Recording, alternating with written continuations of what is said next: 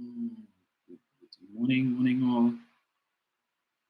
I was having some challenges on YouTube earlier, folks, so apologies for that. Don't know what was going on there. Deborah Duranti, morning, Deborah. Julia Spooner, morning. Neil Francois, always present. Morning, sir. Cyril Mayas, morning. Maureen Washington Smith, morning to you. Don Can, think for yourself, morning. Rosemary Headley, morning, Rosemary. Marva James, Margaret, Carleen, Muta Davis, morning to you. Elizabeth Alain, Laverne Brown, morning. John Edwards, morning to you, sir. Morning, Claire. Nicole Caesar, morning, Nicole. Ryan Deming, morning to you. Alison Boyce, morning. Hi, Alison. Ruth Fontaine, hi, Ruth.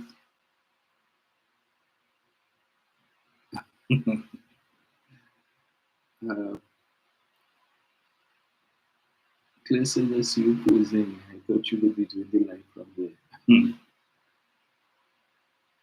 Hi, St. Louis, morning. Jennifer Dorset, June Austin, morning to you. Roma Roach Thomas, Claudia Jeffrey, morning. Macaroni Tony, Sedena Poshi, morning, guys. Kathy Ann Best, Shah, good morning. Morning, Kathy Ann, Jennifer Ashby Okoli, morning, Chancellor 7 of 9. Morning to you. Morning, Alison. Alison Samuel, Christopher Serrett, morning. Dave Emmanuel, Kathy Ann Townsend, Lisa Joseph, Marius Horsley, good morning, sir. Angela Sobers, morning to you. Good morning to His Excellency, President of Pleasantville, Nigel Oconhan, First Lady. Mauricia Keegan, Gloria Green, morning to you. Candice Joseph, morning to you. Hazel Alain, morning. Angela Carty, morning. Glenn Richardson, morning to you. Right, so yesterday, unfortunately, couldn't be held last minute shenanigans, and people then tell you, come there you go, so and so place. Yeah, I know what they say about late invitations, but it's a family thing. So Jennifer Nathan, Pamela Moses. No, Deborah, I forgot. Yeah, I saw the notice and I completely forgot about that. About Rhoda Barrett's live last night. Well, I know for Rhoda to jump out like that, it must have been pretty good. Patricia Lazare, morning to you. Yeah, sorry I missed it though, but I suppose those of you who had an opportunity to listen to it, you would apprise me on what I missed. I don't know if it's still available or if she would have gone back into retreat, into hibernation. Phyllis Farrell.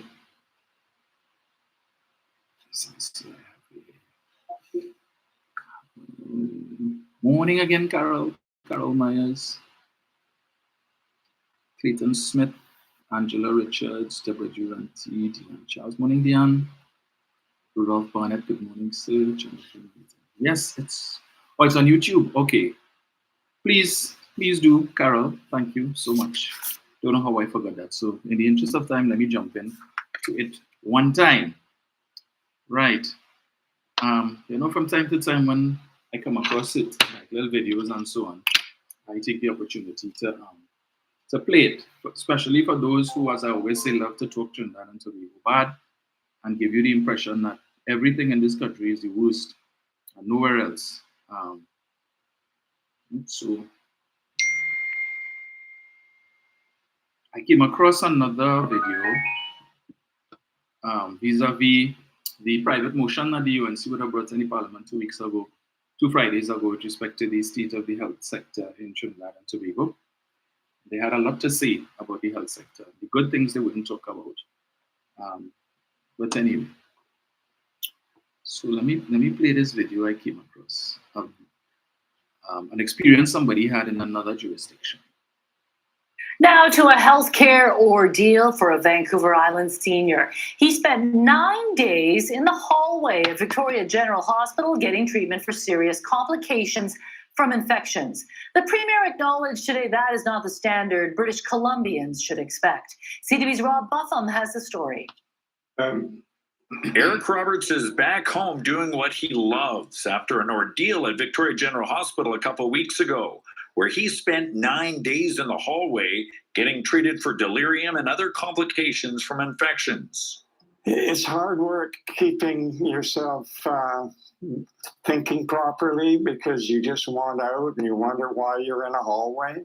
The 87-year-old eventually got assigned a room for half a day, but overcrowding meant he was turfed back into the hallway for most of his stay.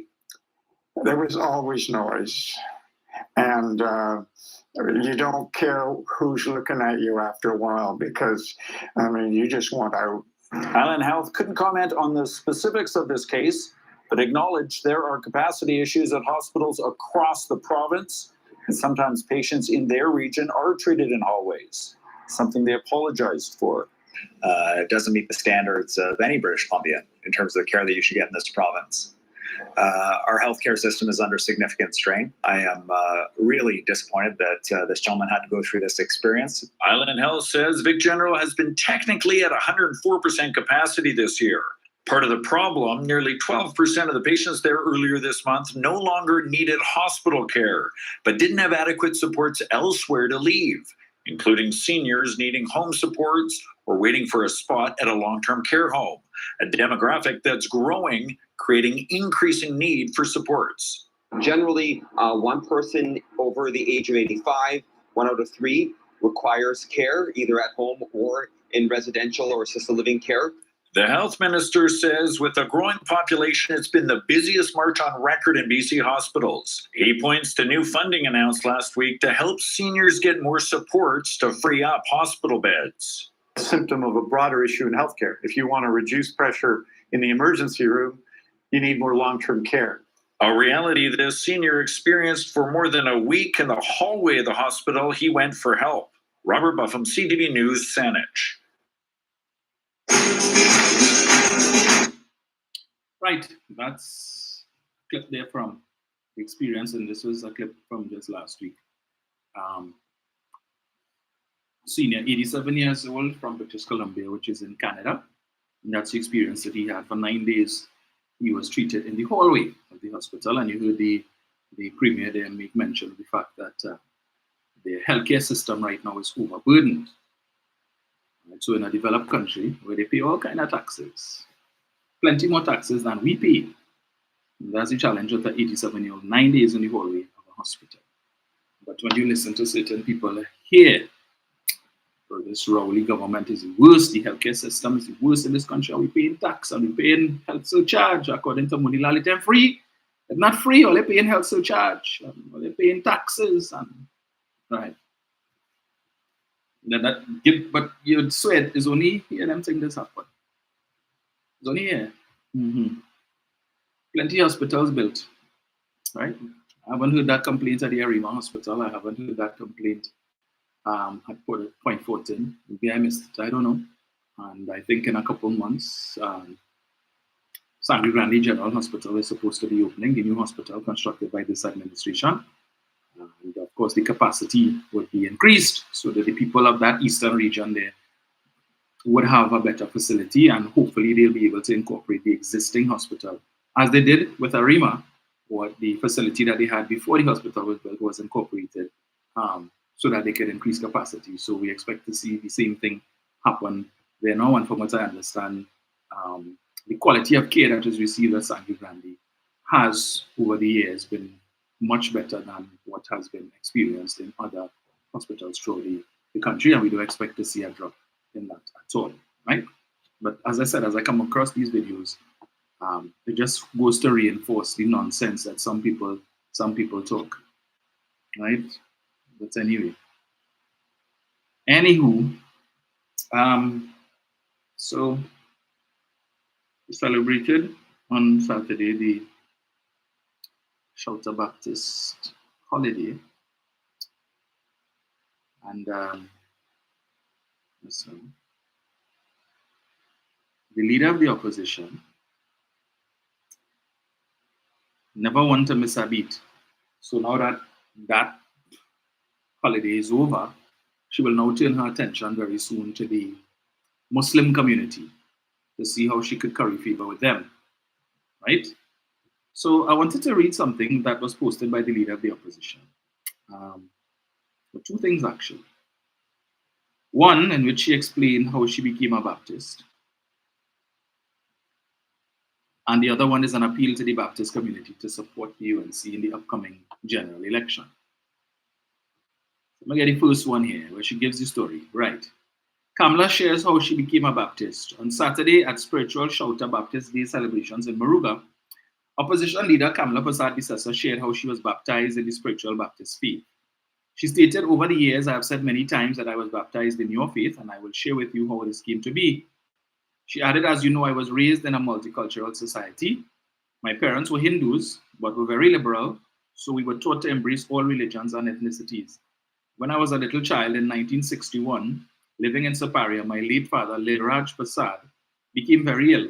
San Fernando General Hospitals did many tests but could not find out what was wrong. He was bedridden at home and possibly dying. One day, my auntie Margaret visited and convinced him to attend the Spiritual Shouter Baptist Church in Quarry Village. He went for many weeks to receive blessings and prayers, and he miraculously began to get better. So he decided to be baptized along with his wife and children in the Spiritual Shouter Baptist faith, and we began attending the church on Sundays. There was an elder mother in charge of the congregation, and she held my hand when our family went to Quinham Beach with many other members of the congregation for baptism. And as she ducked my head into the ocean, she said it, but anyway, she announced that I was one of God's children now under his care and protection. And as my head emerged from the waters, Mother said to me, from this day forward, child, you must put God in front and walk behind. And all of my life, I have put God in front and walked behind, she added. Right. So as a child, she was baptized into the Spiritual Shouter Baptist faith. But it seems somewhere along the line, she decided to, return to the Hindu faith, which my understanding is what she practices predominantly. Because whenever she takes, to the best of my recollection, whenever she takes the oath of office, she does so on the Bhagavad Gita, not on the Holy Bible. But she saw it fit to come and make mention of this to remind persons that she is also a Baptist. And I want to say to Mrs. Prasad Bisesa that, stop trying to prostitute religion to get support. Because it seems for 364 days of the year, you're a Hindu. And then on one day of the year, you're a Baptist. So now that this period is over, you're going to take off your big head tie and your African wear, and you're going to put it away until next year, same time. Until emancipation to try and mama guy people. I believe it was Mrs. Prasad Bisesa who, when she was Prime Minister and Dr. Rowley attended the Diwali Nagar in his capacity as opposition leader to give a speech. And I remember there were several members of cabinet who objected to that, and supporters of the UNC who had a problem with Dr. Rowley addressing the Diwali Nagar. Notwithstanding the fact he was opposition leader, so he never served as prime minister. But the hatred for Dr. Rowley has existed since back then. And when he went, and he would have donned East Indian wear, there were many people who took issue with that. And in fact, I recall Mrs. Prasad Bisesa making this statement: beware of persons or those who come to you dressed in the traditional way of your ancestors. Beware of those who come to you dressed in the traditional way of your ancestors. And of course, in reference to Dr. Rowley wearing the kurta or whatever they call it, right? But yet still, she posted. There's another thing she posted that I wanted to read as well. But Mrs. Prasad Bisesa needs to understand, you can't serve multiple gods, right? You need to make a choice, because the God that the Spiritual Baptists serve is stated in Exodus. He's a jealous God, right? And he demands exclusive devotion. I believe it's Exodus 34:14. He demands exclusive devotion, right? Says he's a jealous God. So you can't be serving him 1 day or 2 days for the year, so that you could get the support of the Shouter Baptists for election. And then after that, you take off your African wear, and then you go back to worship the gods of the Hindu faith. All right? It will not sit well. Man cannot serve two masters, for you will hate one and love the other. Okay, so you need to decide which God it is you're serving and which one you're going to give complete devotion to. All right? Because God will not be mocked. And he knows what you are about. He knows where your heart is and which faith you are committed to. And clearly it is the one to which you devote most of the days of the year to, is the one that you are inclined towards, right? So stop trying to prostitute religion now. As I said, she will soon turn her attention to the Muslim community and whatnot, and she want to sit with them to hear their issues and whatnot and the like. Another thing she posted up yesterday, Kamla to Spiritual Baptist, support us and we will build secondary school. Support us and we will build secondary school. So vote for us in the next election and you'll get a secondary school. When you supported us last time, we gave you all a primary school and we gave you an early childhood care center, right? How many, that's what, she will give them a secondary school. How many Hindu schools did Mrs. Prasad Bisesa build when she was Prime Minister? Right now they have one in contention, the Ramai Trace Hindu school, which Munilal wants to have named after him, and the Mahasabha is adamant that is not going to happen. He's not, according to them, he's not a role model, and given the fact that Mr. Munilal is currently before the courts, facing civil litigation for a number of serious issues such as fraud, bid rigging, and the like, they do not think that this is somebody after whom they should name a primary school. He is not fit as far as the Mahasabha is concerned. So she said, as opposition leader, Prasad Bisesa reminded Spiritual Baptists that it was the United National Congress government that granted them their holiday. She promised to deliver the first Spiritual Baptist secondary school should they support her party in the next general election. So if they don't support your party and let's say somehow you manage to win, you're not going to give them the secondary school, so you're holding the school as ransom. Is that it? You're dangling a carrot in front of them, all you want a secondary school, all you have to vote for you. Otherwise, so nothing. Prasad Bisesa made the pledge at the Moruga table and MP Michelle Benjamin Spiritual Baptist Liberation Day Thanksgiving at the Moruga Multipurpose Youth and Sport Facility on Saturday.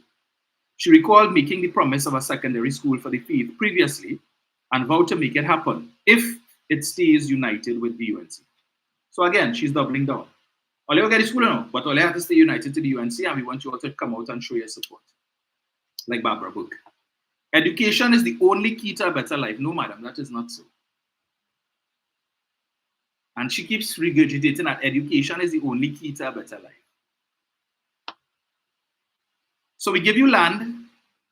So we give you land and you can build your cathedral. You must worship the Lord, but we have to educate our children.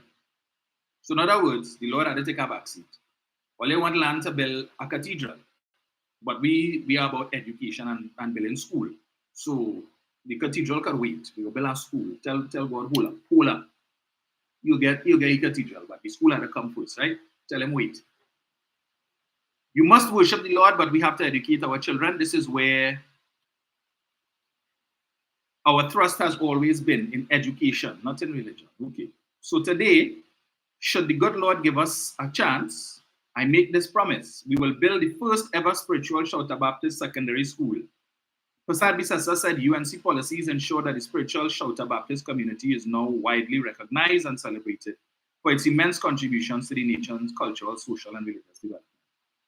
She said the holiday was one of the most important days in her personal and political life. Really? As it commemorates the spiritual Shouter Baptist historic and inspiring struggle, she told members that their foreparents showed courage, resilience, strength, faith, and ultimate triumph over decades of ingrained colonial persecution. But yet still you tell Camille Robinson Regis, where you get your name from? Yours is the name of a slave master. You get your name from the slave master. I got my name from my ancestors. I wonder how many people in that congregation she was talking to, they had slave master names. How many of them willing to just cast that aside? How many of them? How many of you all get your names from your ancestors? Yeah, because remember, she has contempt for people who have ants who get a name from the slave master. Now somebody should have reminded her that. But here it is now with your hypocrisy. She told members about their foreparents showed courage, resilience, strength, faith, and ultimate triumph over decades of ingrained colonial persecution. Prasad Bisesa recalled that the colonial government passed the Shouters Prohibition Ordinance in 1917 to prevent Baptists and others from practicing their beautiful and powerful faith. In those days, they faced persecution and were threatened with jail if caught practicing their religion. However, she said they stood up for their faith. While the prohibition was repealed in 1951, Prasad Bisesa said Baptists continued to face discrimination for decades, and she said successive governments denied practitioners their request for a holiday that would give the spiritual Shouter Baptist recognition and legitimacy. It was the UNC government which did this under our great founding father, the late Basdio Pandey, the same man who she said used to refer to the supporters as sheep. Let us not forget, we must not forget, Prasad Bisesa said she was Attorney General on January 26, 1996, when the government declared the Spiritual Baptist Liberation Day holiday. Some of you are not young like me, but some of you may remember, those of you who are young like me, back then I was the only parliamentarian on both the PNM and UNC side who would wear the beautiful garbs of this great faith. So you want to clap for that? Because since back then you used to wear African wear. You who told the supporters of the UNC beware persons coming to you in the traditional way of your ancestors to fool you. You who said that? Okay. Prasad Bisesa reminded them that from 1995 to 2000, when she served as Minister of Legal Affairs and then Education, they passed the Miscellaneous Laws Act in 2000, which removed several discriminatory laws that affected their freedom to practice your religion and culture. She boasted that the UNC government handed over the deed for lands to the spiritual Shouter Baptists to erect a primary school and an African spiritual park in Maloney. UNC lost the 2002 election, and Prasad Bisesa said the PNM refused to honor her government's promise. When she became Prime Minister in 2010, she said she built the St. Barbara's Spiritual Shouter Baptist Primary School and St. Barbara's Spiritual Shouter Baptist Early Childhood Care. Now you see, when it is that you need to be reminding people, yeah, all you owe me, you know. All you owe me. We give all your land and we give all the holiday, and when I was Prime Minister, I built a school for all you not early childhood care center. So you're indebted to me, so you need to come and vote for me. Not based on the fact that you think I could do a better job at governing the country, not because you feel that the UNC is a better option, you know. All you, don't be ungrateful. All the things that we give all you need to come back and vote for us and support us, right? But instructively, she says here, we give you land, so we will give you land and you can build your cathedral. Somebody needs to let Prasad Bisesa know, been there, done that. The PNM already took care of that, madam. I don't know if it is that you're still in this 5-day weekend thing and you don't understand. So let me read this for you quickly. Maybe somebody could send it to you. New Couva Baptist Complex open for all. This King Shepherd Ray Braffett says no one should be upset by the financial assistance given to the spiritual Baptists by the government. He said not only had other religions been assisted by the state over the years, but it was a form of recompense for the persecution rather, its members suffered by the colonial government when the spiritual Baptist faith was banned between 1917 to 1951. According to Braffett, on March 23, 2018, during the PNM's Spiritual Baptist Liberation Day celebration in Moruga, the Prime Minister promised them lands for the construction of a sacred cathedral, administrative complex, and a cemetery. In 2019, the Spiritual Baptist, as expressed by the National Congress of Incorporated Spiritual Baptist Organizations of TNT, received several acres of land and $10 million from the state. And at the PNM Spiritual Baptist Liberation Day celebrations at Balizé House, Port of Spain, on March 23rd, Prime Minister Rowley stated his intention to ask the cabinet for another $10 million for the spiritual Baptists. Braffett said the projects coming out of those grants were for all spiritual Baptists, Shouters, not just the National Congress. He explained that the National Congress, not the UNC, had 254 churches under 9 archdioceses, which would increase to 12 after Spiritual Baptist Liberation Day on March 30th. But there was also the National Evangelical Spiritual Baptist Faith, incorporated by Archbishop Anthony Jack. That's why the government selected us, as we represent a unified body of spiritual Baptist churches and archdioceses rather than a standalone archdiocese. So it's the entire Baptist movement, right? This complex is for all spiritual Baptists. The spiritual Baptists originally received $10 million and 8 acres of land off Balmain Road in Couva in 2019.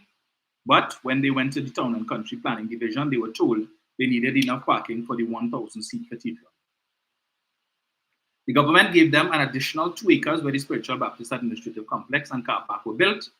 And the car park will also be used as a community space, and there were also plans for a commercial center.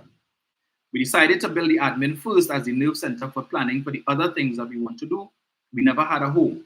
So we have a home now where we could sit, plan, and meet, understanding that there's an old saying, if you fail to plan, then plan to fail.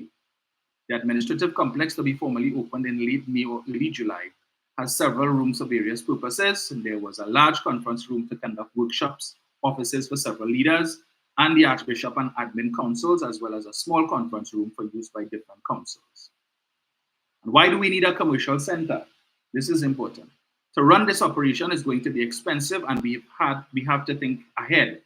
When we have a cathedral for 1,000 people, just the electricity bill alone could put us out of business. So we are building 2 commercial buildings there. Braffett said when a financier was secured, the company would be given 1 building for its use, and the other building would house a fast food restaurant and spaces for spiritual Baptist entrepreneurs.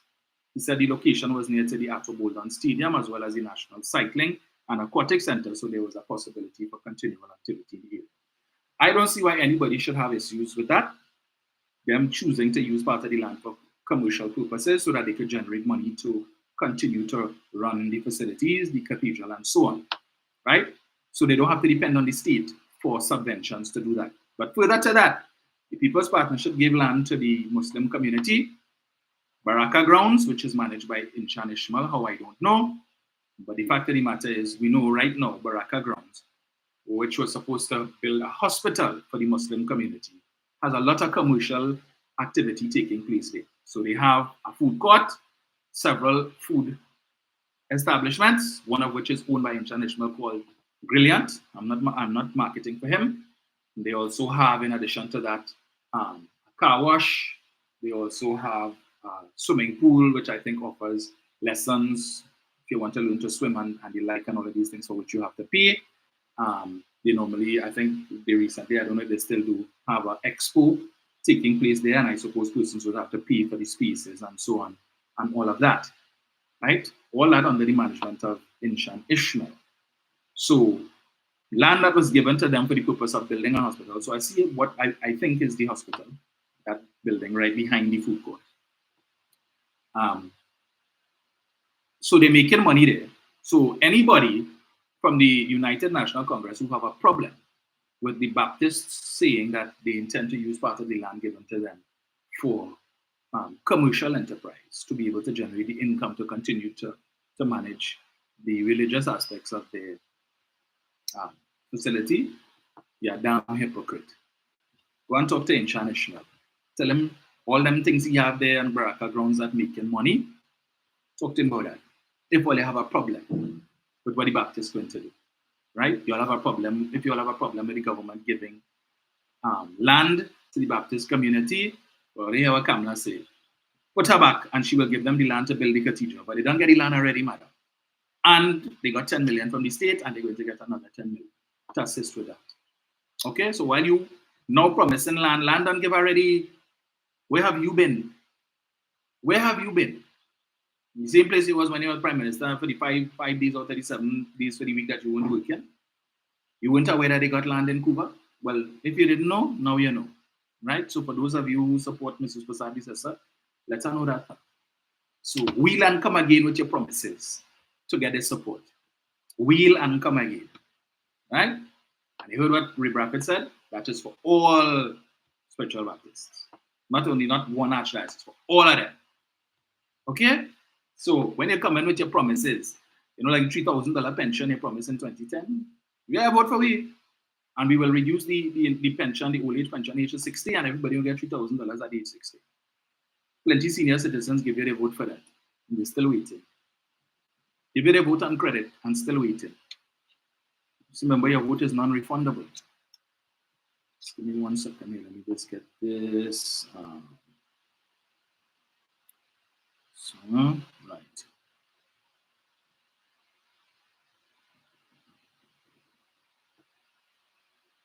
Right.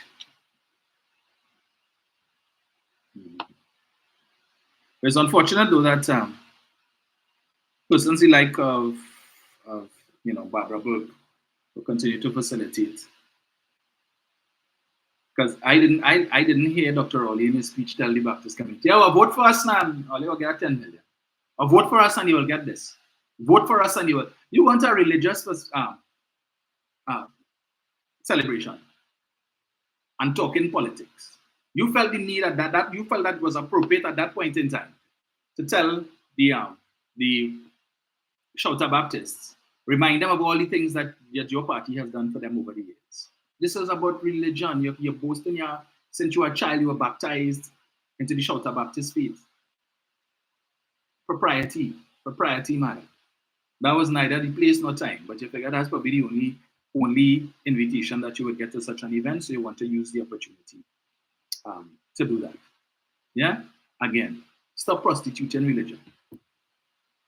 And if anybody wants to vote for you based on that, then something had to be wrong with it. But anyhow, in the interest of time. So last week was it that the Prime Minister met with the families of the divers who lost their lives 2 years ago in an unfortunate incident in the Paria incident. So Dr. Oli had been making the point before. The reason why he didn't meet with the families is because no request was made, and he was not about to impose himself on the families. To say, hey, come, right? He made the point. As soon as if they reach out to the office of the Prime Minister requesting a meeting, he'd be more than happy to facilitate. And in fact, the same day that they went, we saw video footage of, I think it was Ms. Kusi, the UNC counselor, who would have delivered a letter to the office of the Prime Minister requesting such a meeting, and the Prime Minister on the very same day would have indicated a willingness to meet, and he did set up the meeting in record time. So the representatives, but based on what I saw, I didn't notice anybody there, maybe I missed it, representing the families or the family of the son of the owner of LMCS. I didn't see the owner of LMCS there. I didn't see his wife there. So I don't know who represented them. Because yes, sometimes people seem to forget that one of the men who lost their lives was in fact the son of the owner of LMCS. So they went to the meeting, had discussions with the Prime Minister, and the Prime Minister let them know, well, this is what is. And of course, after the meeting, a few of the folks were interviewed by the media, and they expressed their disappointment with the meeting because the outcome was not what they had expected. So it seems they went there hoping that the Prime Minister would say, one, he's going to fire the board of Paria, because remember, they want the board of Paria fired, they want the executive management of Paria fired, because to them that making sense. And every time they raise that issue, I ask the question, what sense does that make? If you fire the board of Paria and you fire the executive management, who's going to run the company? Because Paria is integral to fuel security in Trinidad and Tobago. That is the company that imports the fuel to ensure our gas stations always have product, so that when you need to full up, you could pull in there, handle your stories, right? That is what Paria does. You understand how important Paria is. And you have persons who, for the sake of, well, in some case politics, some case emotion, calling for the whole board of Paria to be removed and the whole executive management to be removed, as if you could just fire all these people till they tell them go home, and then tomorrow you have a brand new executive team and a brand new board will just walk in and assume the position and continue to run this company. Apparently, that's how it is work, right? That's how it works. So even if it is you're able to put a board in place in record time, because the government could select persons of caliber and say, look, I'm appointing you to the board. The fact of the matter is, you cannot replace executive management that quickly, because you have to invite persons to submit their resume, right? You have to advertise the position, then you have to conduct interviews, and then you have to do shortlisting, and then probably another round of interviews before you decide. So when you have, and it is not like you put out an advertisement today and by tomorrow, because more than likely the people you're looking for to do this probably employed right now, working somewhere else. So the interview process is just one part of it. After that, if you select, then they have to come back and you have to have discussions and let them know this is what the salary is, this is what the compensation package is, and they decide if they want to take it. Then they have to give notice to the existing employers, some of them, in order to come and take up the job. So in the meantime, how Paria running? How Paria running? That making sense to all, right? Or what is supposed to say, hey, what? We fire in all here, but we need you all to stay on the job until we can find replacements for you. So just hold on. You're all fired. But just hold on until we can find people to replace them. We need continuity because we need the company to run. And these people will just say, yeah, sure, no problem. All right, cool. How long do you think you would need? About 2 months? Okay, that's how it's supposed to work. But they were displeased with the fact that the Prime Minister didn't fire anybody, and two, the compensation that they're looking for. And based on what the Prime Minister told them as to how this thing is supposed to work with respect to compensation, they were not satisfied. I don't know if it is they went there hoping to hear the Prime Minister say, well, I will instruct the board of Paria to give each family $5 million, as the attorney representing the families, Prakash Ramada, is suggesting. Right? And the Prime Minister made the point that Paria has insurance in the first instance, because that's why you take out insurance for these types of things. So if the peril happens, you don't have to take money from your coffers to pay. And it's 4 families we're talking about, $5 million, so that's $20 million. Paria will have to take. And when I listen to persons, citizens of this country talking about sue them, there's a sue them. Every family should get at least $20 million. Who paying that? You feel that coming out of the pockets of the management of Paria? No. It comes out from the coffers of the state. Is the state had to pay that? All who always complaining about taxpayer money and taxpayer money and taxpayers' money. Really? But nobody focusing on LMCS, right? All they're focusing on is Paria, because if Paria is state-owned and Paria have money, Paria coffers deep, Paria declaring how much profits and so on. Yeah, so they could more than afford to pay that, because apparently some of these people just want to retire and relax for the rest of their life and not have to do anything. $5 million could facilitate that for at least a couple of them. I am totally opposed to the family of the son of the owner of LMCS, or the owner of LMCS and his family getting any money. Because you all have to shoulder some of the liability in this matter. And to date, while the focus has been on Paria, nobody talking about LMCS and the role that they play. Because what was born out of that commission of inquiry was that liability for the accident rests squarely on the shoulders of LMCS. It was because of shortcuts on the part of a supervisor with respect to the plug, resulted in, or the removal of the plug, resulted in the Delta P that sucked these men in. Had they not taken shortcuts, again, based on what came out of the commission of inquiry, had that not happened, those men would still be alive today. But the focus has never been on that. The focus has always been on the rescue attempt. And Paria said, don't go. And Paria said this, and Paria prevented the rescue. But we're not focusing on what happened before. What the cause. We only focusing on the effect. Who caused the Delta P? I forget. We're not interested in that. We're not interested in the fact that that was on LMCS. No. We're not interested in bringing civil suit against LMCS. We're not focusing on the fact that LMCS, based on what was reported in the newspaper, that their workmen's comp public liability insurance, which is a legal requirement, was not valid at the time that the accident took place. It was reported in the newspaper, again, and it has not been refuted. In fact, the lawyer for LMCS was quoted as saying that the insurance was renewed about 2 weeks after the accident took place, that the policy expired on the 30th of December 2021. And for the whole of January, whole of February, no attempt was made whatsoever to renew the policy. No instructions were given to the insurance company to renew, right? So there was no coverage in place. And when we look at the sums for which they were covered, $250,000 is basic. That's as low as it gets. That's the starting point for policies of that nature, especially for that type of commercial activity. And they took, so basically the implication is they took the lowest amount because we'll take all. Yeah, what's the lowest? Give me the smallest package all they have there, just to satisfy the legal requirement. $250,000. All right, yeah, we'll take that. not taking into consideration the risks involved, and if something like that happens, what type of compensation the families would need. Just give me the lowest package because I ain't want to pay no certain money and no insurance. We know about that life. Right? That's what happened, based on what we read in the newspaper. But we're not talking about that. So, whereas the family should have at least gotten a little something from the workmen's compensation policies of the company to tide them over until Paria steps in to do what it is they have to do. That has not happened. And my understanding is that the insurance company, who I shall not call, but whose name I am aware of, doesn't, well, they have a legal leg to stand on and don't want to pay. So I heard. And they're well within their rights not to, because the policy was not enforced. And as I said before, and I gave the example, you have car insurance. Your insurance expire, right? Till the year to December. But here you, I don't have money right now to renew that now because Christmas eat up all my money, yes, and Carnival season short.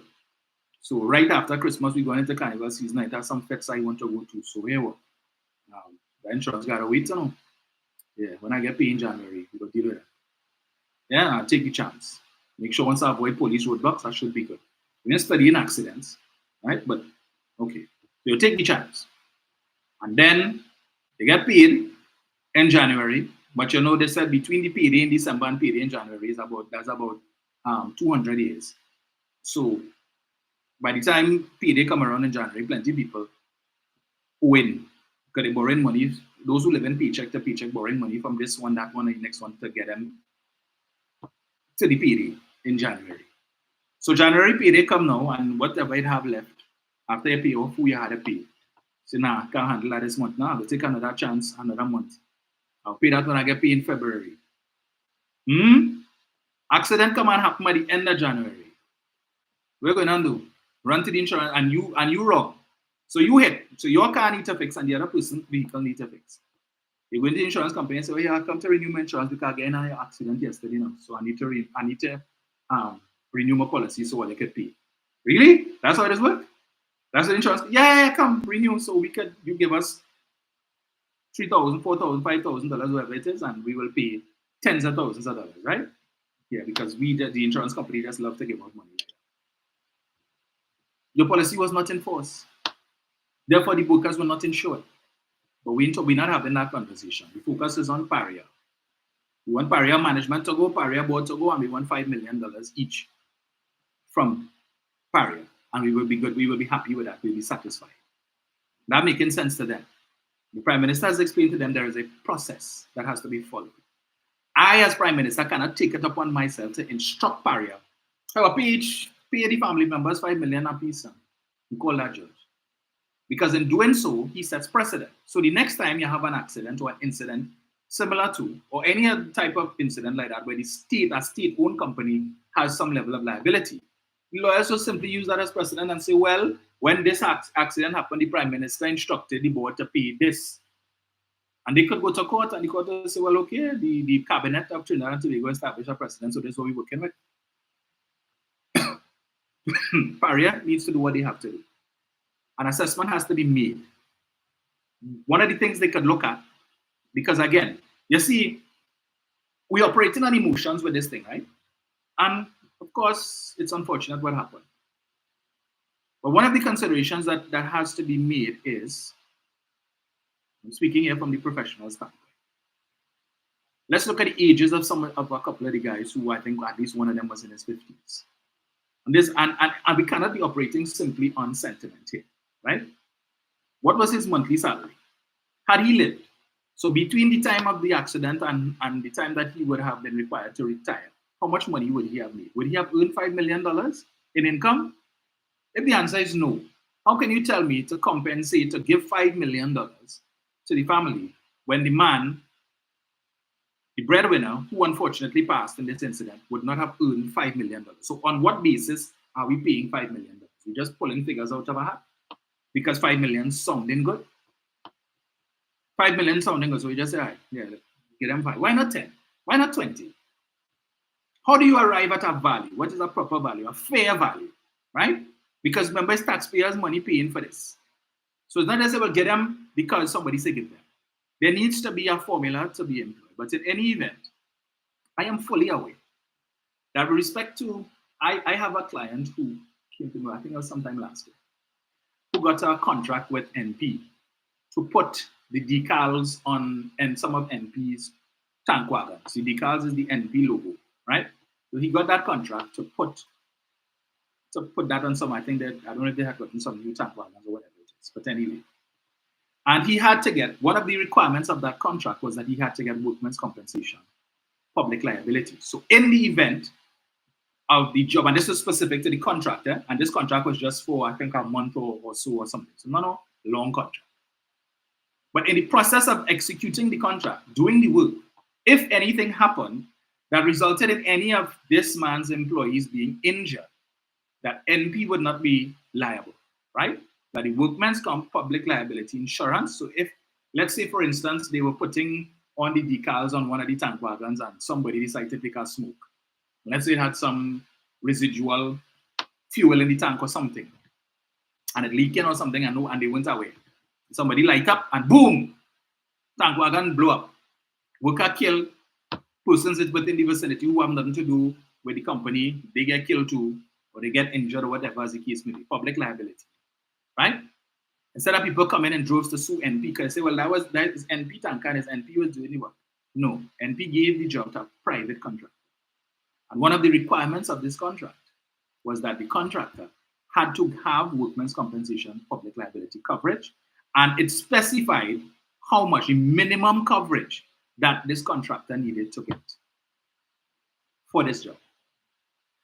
So whilst LMCS decided, well, we're going to take the basic, seemingly 250,000 minimum coverage, NP's contract specified that for each person, right, in this thing, we want at least $1 million in coverage. So if any one person is injured or dies, at least $1 million in coverage.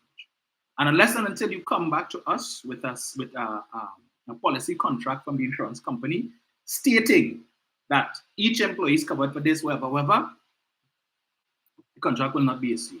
So there was an obligation on this man's part. He had to get that. Had to. It was a requirement. If you can't get it, well, hard luck. We will find somebody else to give the job to who can get that and who's willing to pay the premium. So in the same way, but LMCS has been getting work from NP, well, not NP, sorry, from Paria for years and so on and the like. But it just took the bare minimum. But Paria has their own, well, I suppose that may fall under public liability, not workman's compensation because the workers were not their employees, right?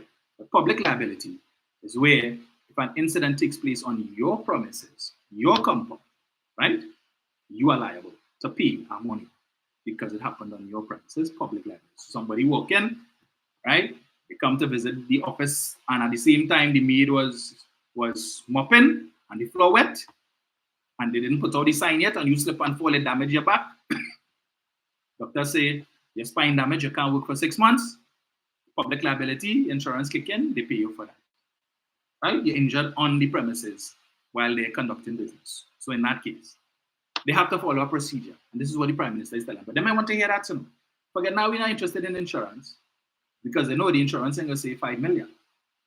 But the lawyer don't put that in their head already, 5 million. So all them studying is 5 million, 5 million, 5 million. Man probably don't start to spend that already. But when I get that 5 million, boy, I'm going to fix over the house or buy a little car, put some money, I want to buy a piece of land, buy so I could do this and I could do that. Every day they sit down in the rocking chair, lie down in the hammock and only studying that money. Yeah, but you have 5 million. But I say we could get 5, you know. I know why you should give me more if they get 10, but I'm good to go. Studying what that money could do. Because those seeds have already been planted in their heads. And they find it taking too long. The Prime Minister has indicated he has told the Board of Paria to expedite this matter.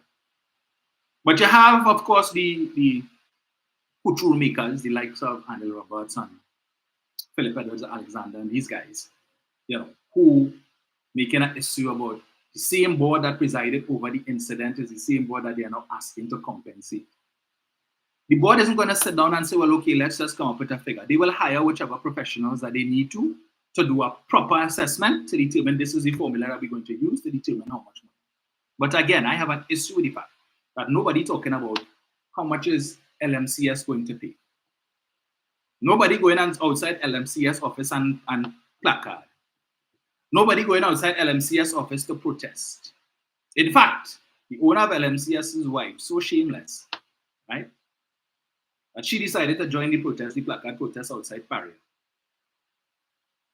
No, you're not entitled. You all should not be getting any money.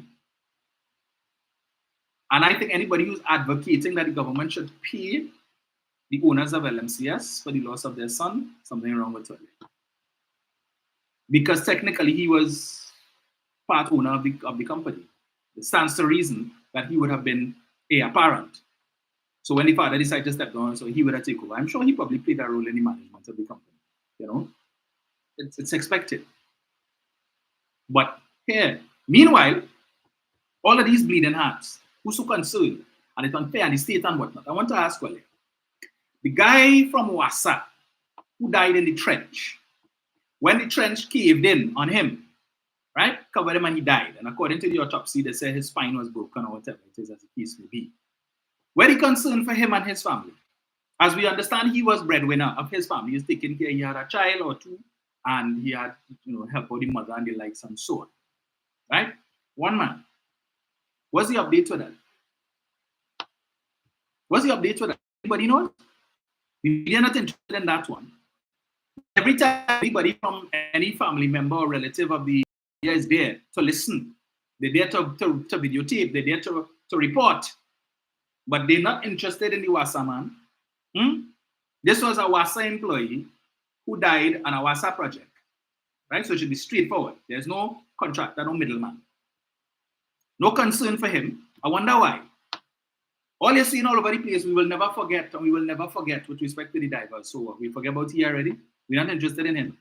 We're not interested in his children. His children don't deserve a proper life just as the divers' children do. His family don't deserve compensation. We're not concerned about that. So we're only focusing on the divers, right? What about the fellow who on the Nikwan project? What about he? We ain't concerned about him. The one who got burnt and subsequently died. But you see, we're very convenient in terms of our outrage when things like this happen. Never mind, we read in the report of the Commission of Inquiry into the Paria incident, which put blame on both LMCS and Paria and recommended also that charges be brought against the owner of LMCS. But you have Dumb and Dumber, Captain Clueless and Professor Misinformation on that radio station. When that was the topic of discussion a couple of weeks ago, talking about the report, the commission never say, they never blame LMCS, and they never say LMCS was responsible. These two clowns who sit down and watch a video with the lead commissioner, Lynch, Chairman Lynch, reading what is called the executive summary. And they figured that executive summary was the sum total of the report. And the man never say, but it is clearly there. The report is over 430 pages long. And several pages identifies LMCS as having liability and has called on LMCS for charges to be brought against the principal of LMCS. Right? As well as persons from Paria as well.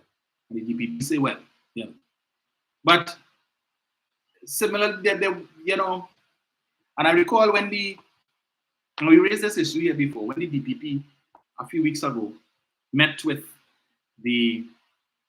some of the family members, I think, and members of the representative union. Well, I think it was the OWU. No.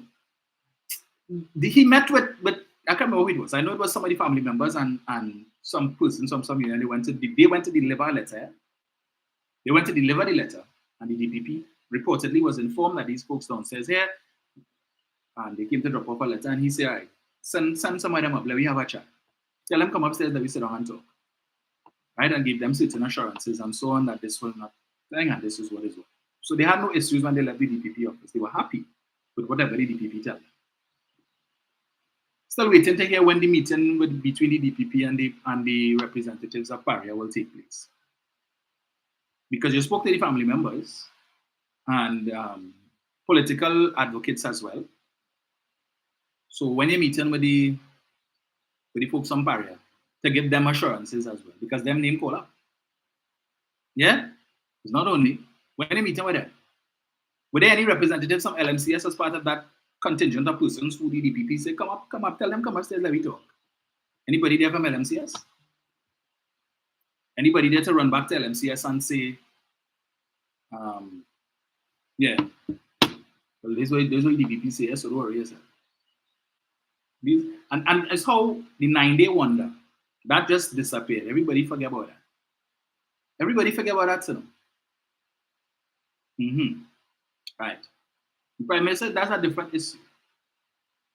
They requested to speak, and the Prime Minister, as head of the government, right, he let them know this is the process, and I am going to follow the process. You expect me to do anything out of the ordinary, to instruct anybody to pay only any lump sum of money, because that can't happen. It doesn't work that way.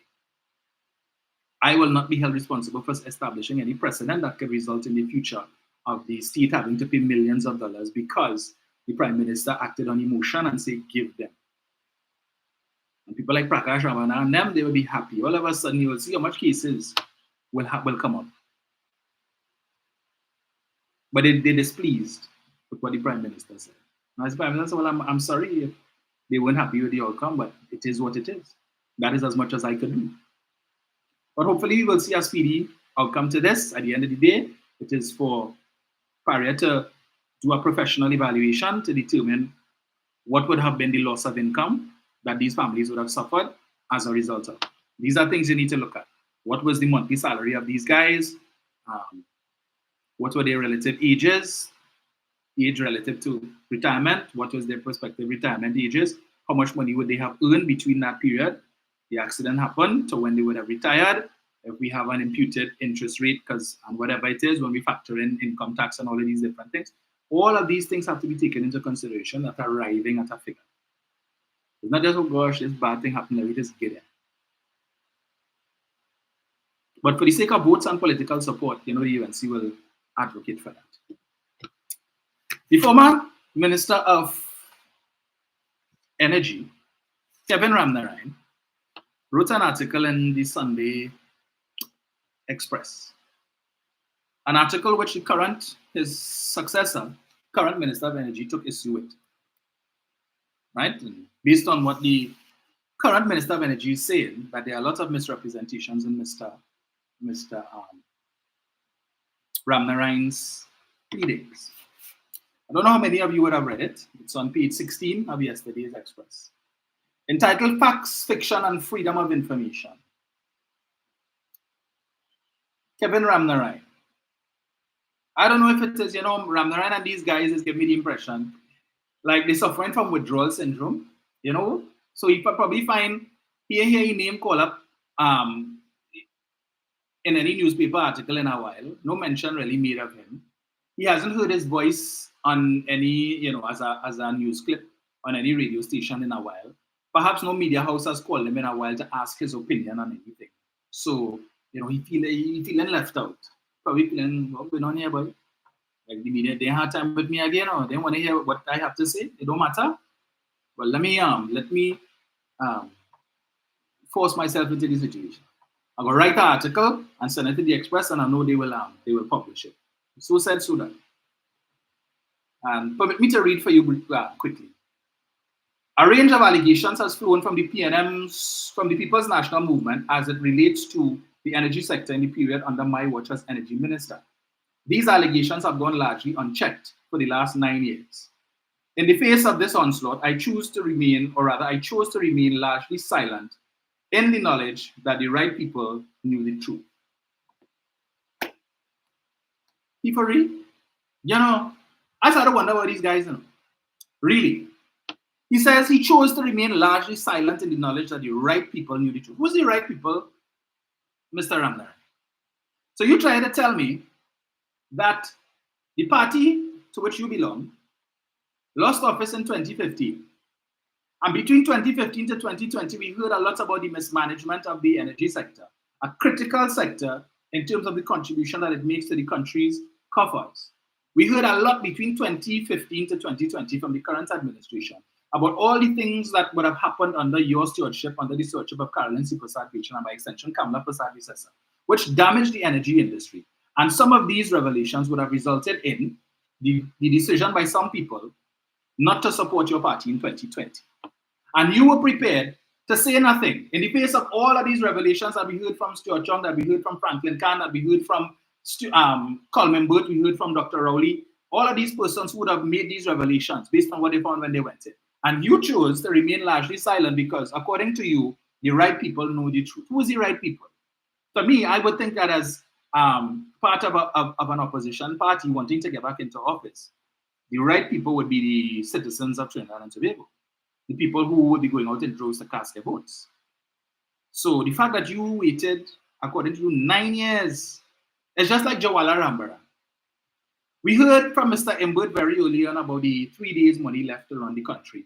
And Mr. Rambaran telling Mr. Mbert, I'm about to turn off the tap, right? And I explained what that 3 days money was about to you all the other day. That you have a budget, Parliament approves a certain amount of money to be spent for the year. The People's Partnership in the 2 or 3 months leading up to the general election of 2015 would have spent out the largest of that money, right? It went. So that by the time this administration came in, what was left of the money that was approved, because the government can't spend money that is not approved by Parliament. As I told you all, that's why you have a budget. It has to be voted on and passed in order for the government to be able to spend. When they need to make adjustments and come back for more money, that's why they have the mid-year review. They come back in May or thereabouts. The minister will say, well, okay, this is the situation. This is what it was. This is how much money we received. But we've had additional requests from ministries for additional monies to pay for projects that would have come about in the last couple of months.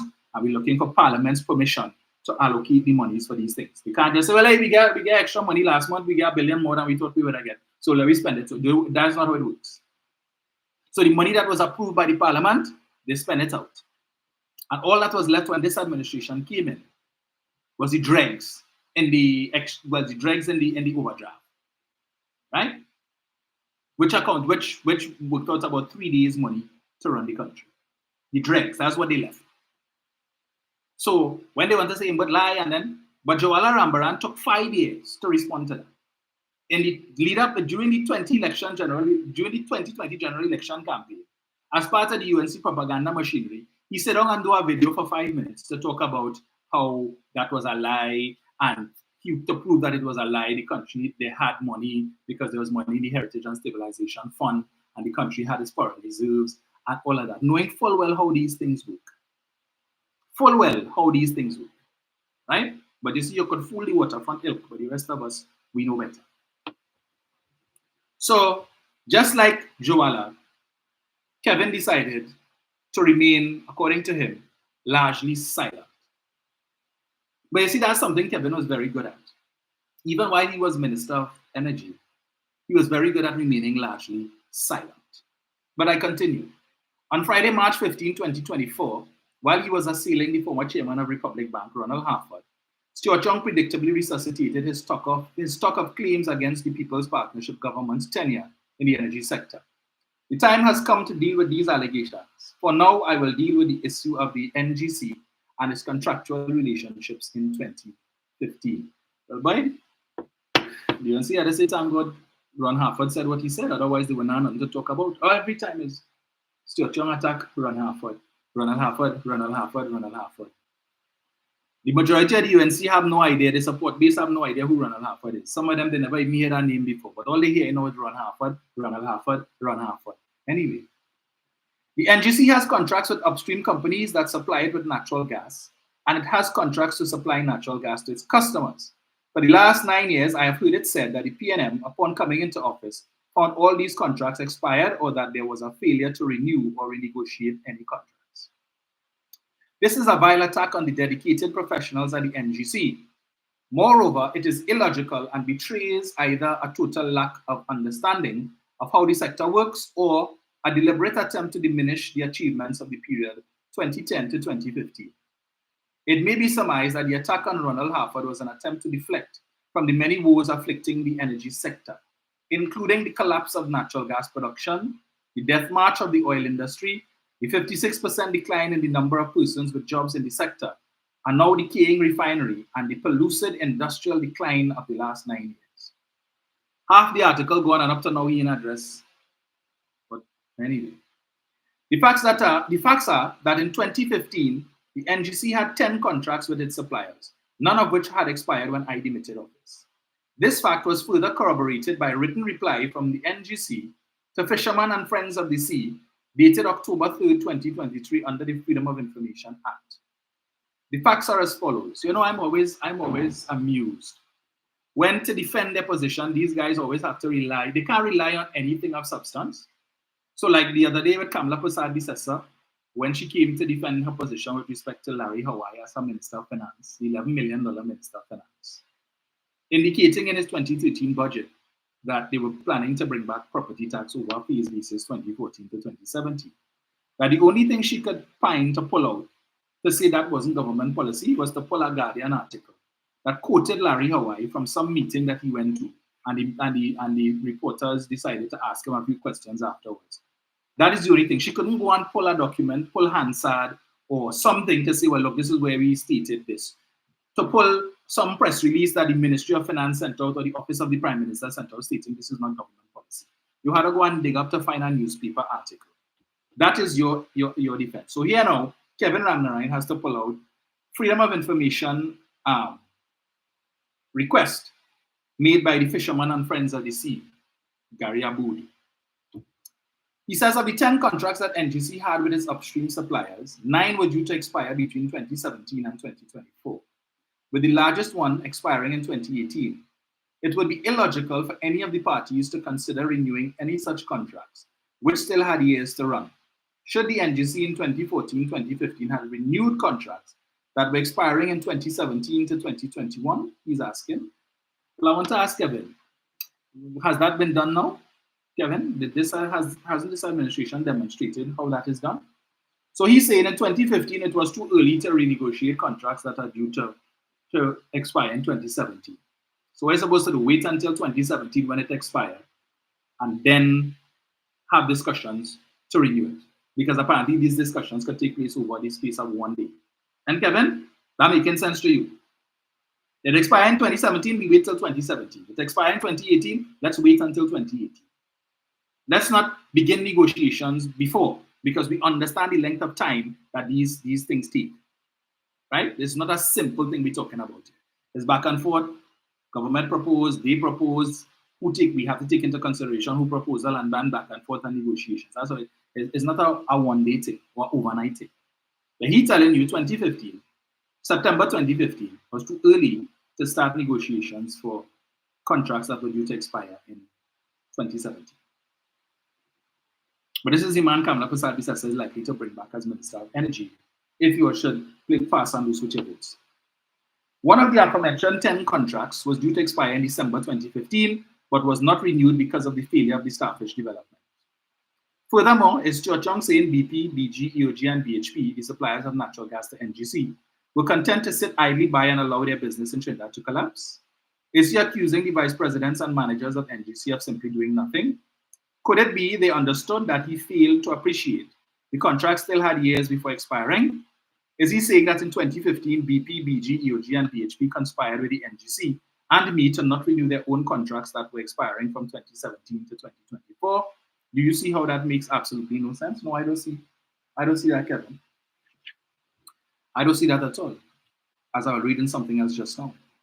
It gets even stranger. At a local government campaign meeting in Tunapuna on July 13, 2023, the Prime Minister, in full hyperbolic flight, said the PNM found in 2015 that the vast majority of the Point Lisas contracts had come to the end of their life. He further added that many of the Point Lisas companies were on month-to-month arrangement.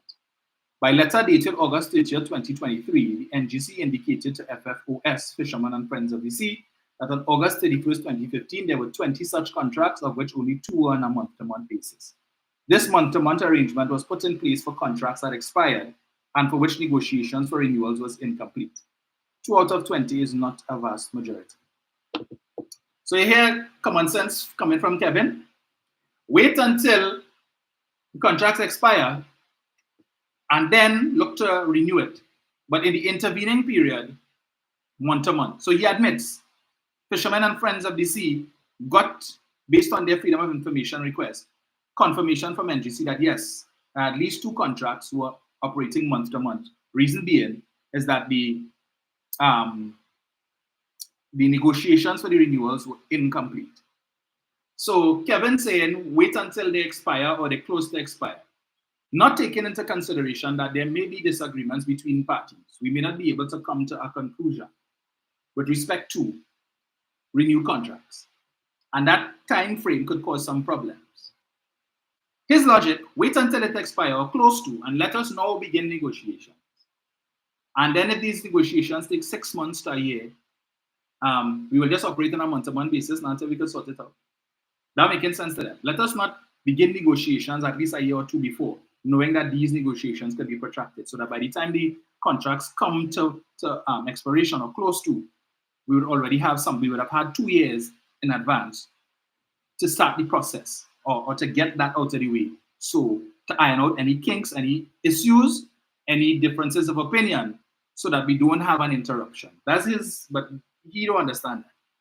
So he have a problem. He's saying if it expired in 2017, let me wait until December 2016 or the start of 2017 to negotiate a contract that is expiring in 2017. That makes sense.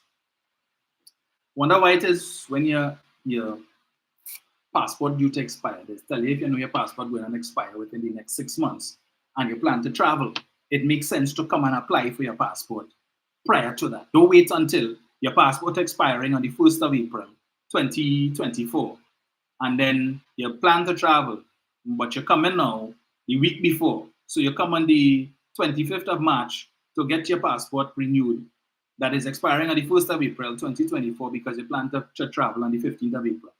When you know, based on what currently obtains, it probably takes about 6 to 8 weeks for you to get back your passport. Right? But you come in, you have to travel in 3 weeks' time, but you're going to come a week before the passport expires and expect to get it. That's basically what Kevin's saying there, right? Stuart John is saying here, what if you know you're planning to travel in April and your passport expiring in April, don't wait until the middle of March to go and apply. And then when they tell you 6 to 8 weeks, you're grumbling and you're vexed and you're cussing and whatnot and thing and inefficient and all of these different things. Because right now in the US, I can tell you, based on what I've read, 6 to 8 weeks, you're lucky. You have people waiting months. Some people complaining they're waiting just 13 months in the US to renew their passport because of a huge backlog. 13 months. But we complaining here, 6 to 8 weeks, inefficient, only in this country. Okay. But that is Kevin's logic. With regard to the upstream suppliers, there was no pressure from any of them to renew their contract that early, as this would be tantamount to their making a commitment to supply natural gas, for which projects had not been fully developed or were being planned.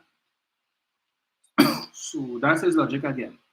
You supplying gas, you saying, no hurry to renew anything, you know. Nah. So we will just continue to operate, and then when the contracts expire and so on, we're not sure what the situation will be. So we can't plan ahead.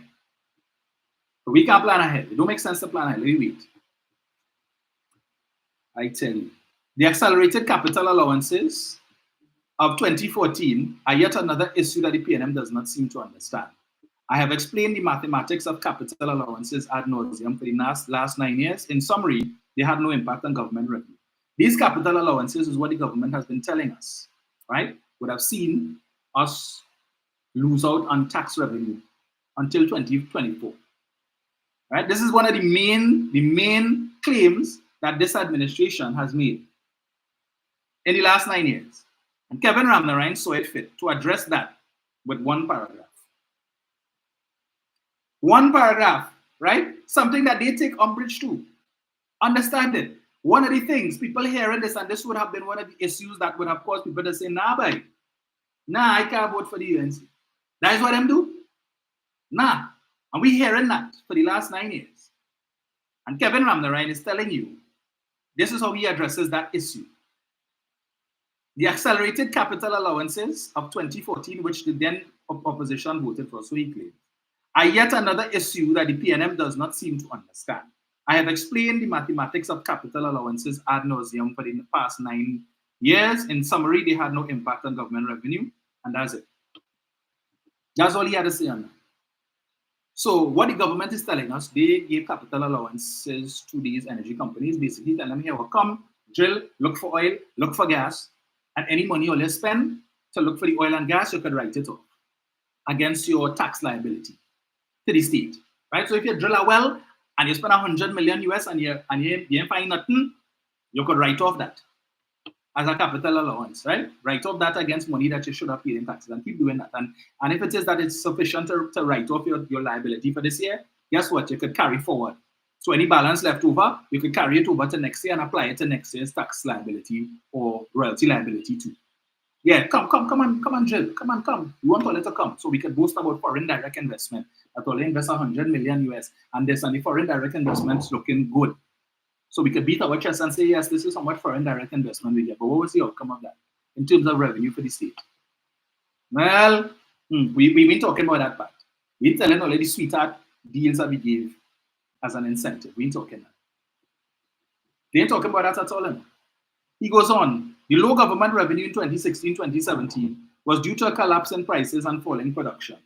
However, it is incontrovertible that without these incentives, there would be no Juniper, Angeline, Matapal, and Cyper, and the economy would have long collapsed. The economy would have long collapsed, okay. Because the economy only depended on energy revenues, right? And Kevin, no wonder you weren't made Minister of Energy, Minister of Finance. Given the true state of the energy sector, it is reasonable that Mr. Harford would question what the plans for natural gas and oil production are. If there is a plan, it isn't working, and by my prediction, and that of the NGC at a seminar last January, natural gas production will continue to struggle, with huge consequences for the inflow of foreign currency. Right. But you wouldn't come to the defense of the state with respect to the dragon gas. Right? You're supporting your party. So all kind of thing the other day when they come with respect to the issues in Venezuela, and where the State Department in the US would have indicated that the license that is due to expire in April that will not be renewed. Stuart Young come and spoke, to use his term ad nauseum, trying to explain to them that our license does not fall under that arrangement. It is two separate things, so we are not affected. Jayanti Lakshmi put out all kind of thing, and Munilal and whoever, all kind of thing they say, dragon gas dead because this contract and whatnot. You ain't hear them talking about that again, right? What's your tongue line? Okay. So that's Kevin. The Minister of Energy would have responded. Let me just touch that briefly. Yes. And I think he's supposed to be on N95 sometime this week. Let me just get this quickly. This is Stuart Young's reply. Kevin Ramnarine has once again illustrated and confirmed his lack of vision, understanding, and ability to manage Trinidad and Tobago's energy sector. In today's Sunday's Express newspaper, Kevin Ramnarine puts forward a feeble attempt to defend the UNC's tenure of the energy sector from 2010 to 15.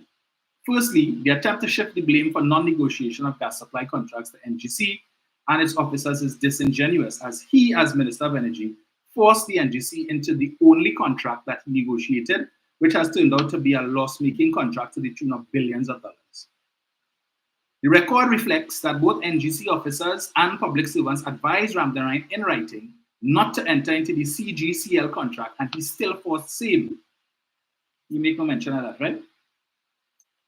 The country would also do well to be reminded that it was under Ramnarine's tenure as Minister of Energy that the UNC bled millions of dollars in cash from NGC and had NGC build the Beetham wastewater plant and even refurbish and build recreational grounds in hand-picked UNC constituencies.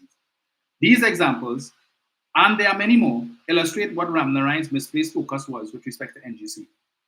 Secondly, to suggest that in the energy sector, one does not begin negotiating future gas supply or sales contracts way in advance of the expiry is a telling admission of incompetence.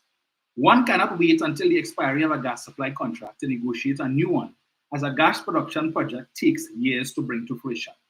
This thesis and/or explanation provided by Kevin Ramnarine has confirmed why Trinidad and Tobago's energy sector was in rapid decline in terms of both oil and gas production by the time Ramnarine and the UNC left office in September 2015, and why both gas supply and gas sales contracts expired without being renewed, as same were never discussed or negotiated between 2010 to 2015.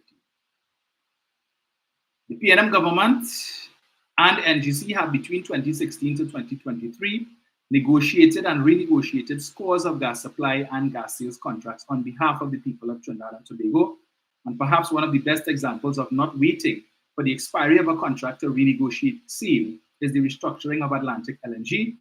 The restructuring was done way in advance of the expiry of the licenses and contracts that govern Atlantic LNG. Additionally, within the past few years, NGC has negotiated future gas supply contracts with BP and Shell before expiry of the current contracts, ensuring terms and conditions for future gas supplies. Thirdly, Kevin Ramnaraine's continued attempt to defend the UNC's poor energy policy of accelerated capital write-offs in the manner that he did does not change the fact that this policy resulted in the largest gas supplier informing this government in 2015-2016 that as a result, Trinidad and Tobago would receive no revenue for gas for the entirety from that entity from 2015 to 2024. Fortunately, this government took steps to reverse this and secured billions of dollars in revenue for our gas. You remember when Stuart Young and Dr. Rowley went to the UK very early on in the term of this administration, 2016, and were able to get in, at least in the first instance, $3 billion, right, in concessions.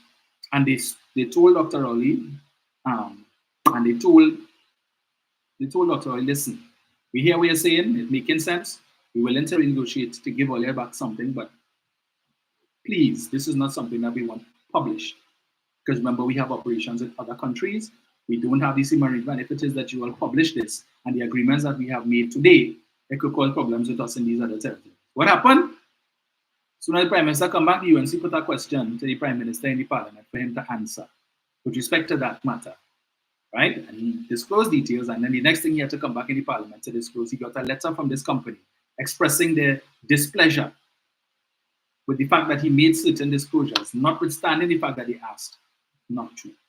And now you're putting us in a serious position with some of these other players, other entities, other countries that we deal with. And these people call themselves patriots. The irrefutable facts are that under the tenure of Kevin Ramnarine and the UNC, between 2010 to 15, both oil and gas production declined significantly, and they negotiated no new gas supply contracts.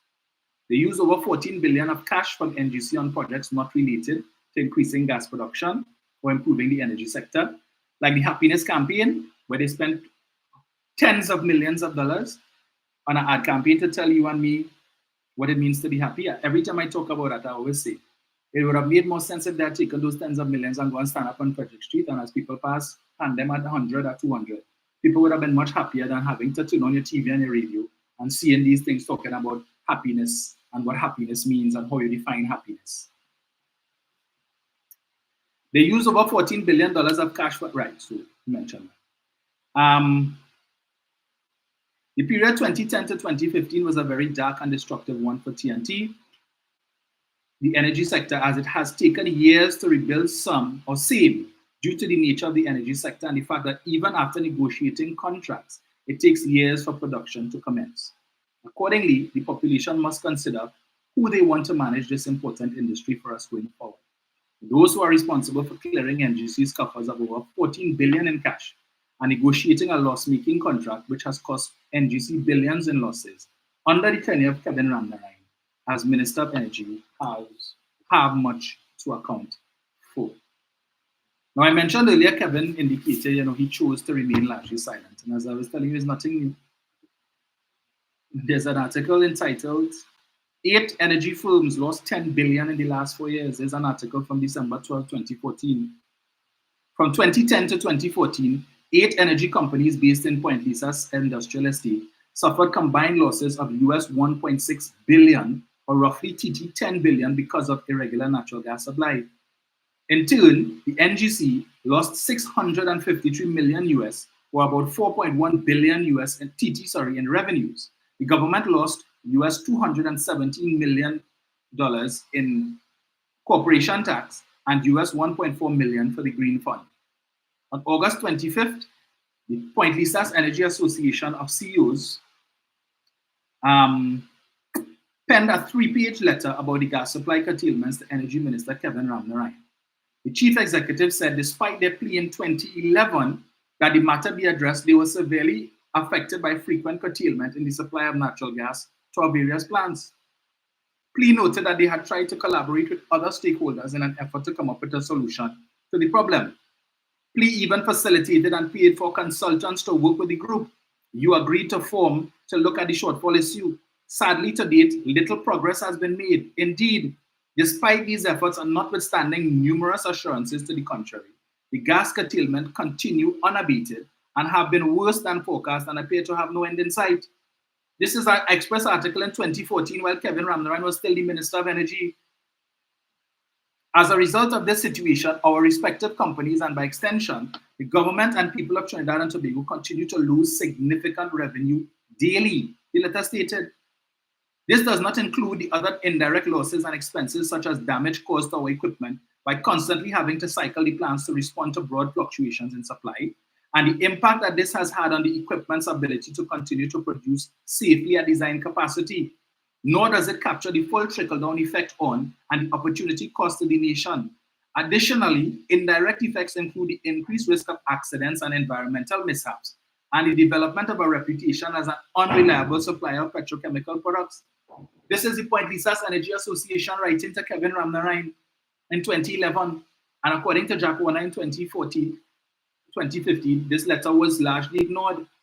Then PLE had to write to him again in 2014, 3 years later, after being ignored for 3 years. So when he says he chose to remain silent, it is nothing new with him. He has mastered the art of remaining silent on critical issues affecting the energy sector. When he was minister out of office, he still mastered that art of remaining silent. And perhaps he should have continued to do so instead of posting this rubbish in the Express. Continue to remain silent. Do whatever work it is that you're doing in Guyana, eat your food and hush your mouth. Honorable Minister, the image that is being painted of Trinidad and Tobago is that it is a place where the gas is either running out or the supply has been overcommitted. And the longer this image is allowed to persist, the less attractive the country will be as a venture for foreign direct investment. But they always like to yap out foreign direct investment and foreign direct investment, how much they brought in. Numerous investors have passed up the opportunity of investing in Trinidad and chosen to invest in other countries where their gas supply is more readily available and consistent. We fear that unless the situation is soon brought under control and the confidence in the availability of gas to be supplied to our plants is restored, we may soon witness the permanent closure and migration of plants from Trinidad and the collapse of the Point Lisas model, the letter observed. This is not PLE writing to Franklin Khan. This is not PLE writing to Stuart Young. This is PLE writing to Kevin Ramnarayan. But he seemed, I don't know if his memory is short or he only has memory from 2015 come forward because he didn't address this in his letter to the Express. They said the situation required immediate and definitive handling and called for critical measures which they identified as concrete action items which within a timeline to restore a reliable, stable contract gas supply to PLE in the shortest time. Appropriate planning and communication of items in one above. Short, medium, and long-term outlook of gas supply so the proper planning can be effective. No, but he don't know about that. He's saying wait until 2 days or a week or a month before the contract due to expire and let me talk. An understanding of the new gas-consuming projects that have been announced and progressing. What is the plan for the supply of gas to these projects, given that the gas shortages have been experienced by existing consumers have not been addressed? But he's saying, let me wait until the contract come into a close, then to discuss that now. No, let me don't discuss that now. Let me wait until 2017, forget 2014.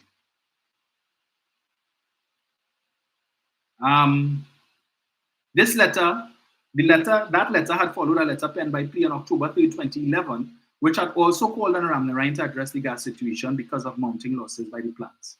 The letter observed, in implementing these curtailments, the NGC also continues to claim the project of force majeure clauses in our contracts. This is the similarity between the contracts in this regard. While the clauses provide an NGC with a shield in genuine cases of events beyond its control, subject to limitations set out in the contracts, the expectations are that NGC must take every reasonable step to limit the force majeure event and its consequences. Furthermore, contractually, the NGC is obligated to meet with us to discuss the consequences of the force majeure event and the intended remedial actions to be implemented. This simply has not occurred. Indeed, the NGC routinely gets notification of shutdowns from its suppliers and then passes these over to us, forcing us to reduce production rates.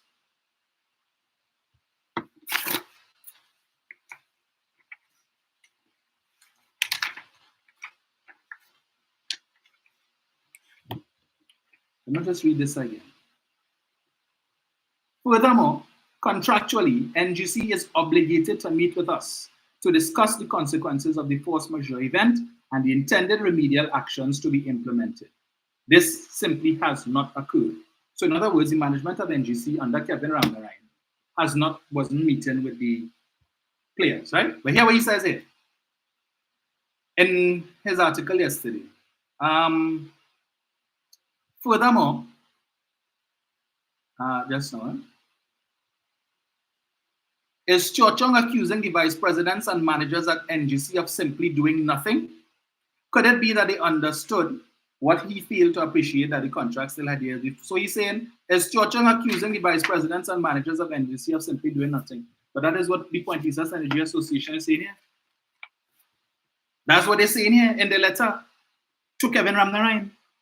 The NGC is obligated to meet with us to discuss the consequences of the force majeure event and the intended remedial actions to be implemented. This simply has not occurred. It has not occurred.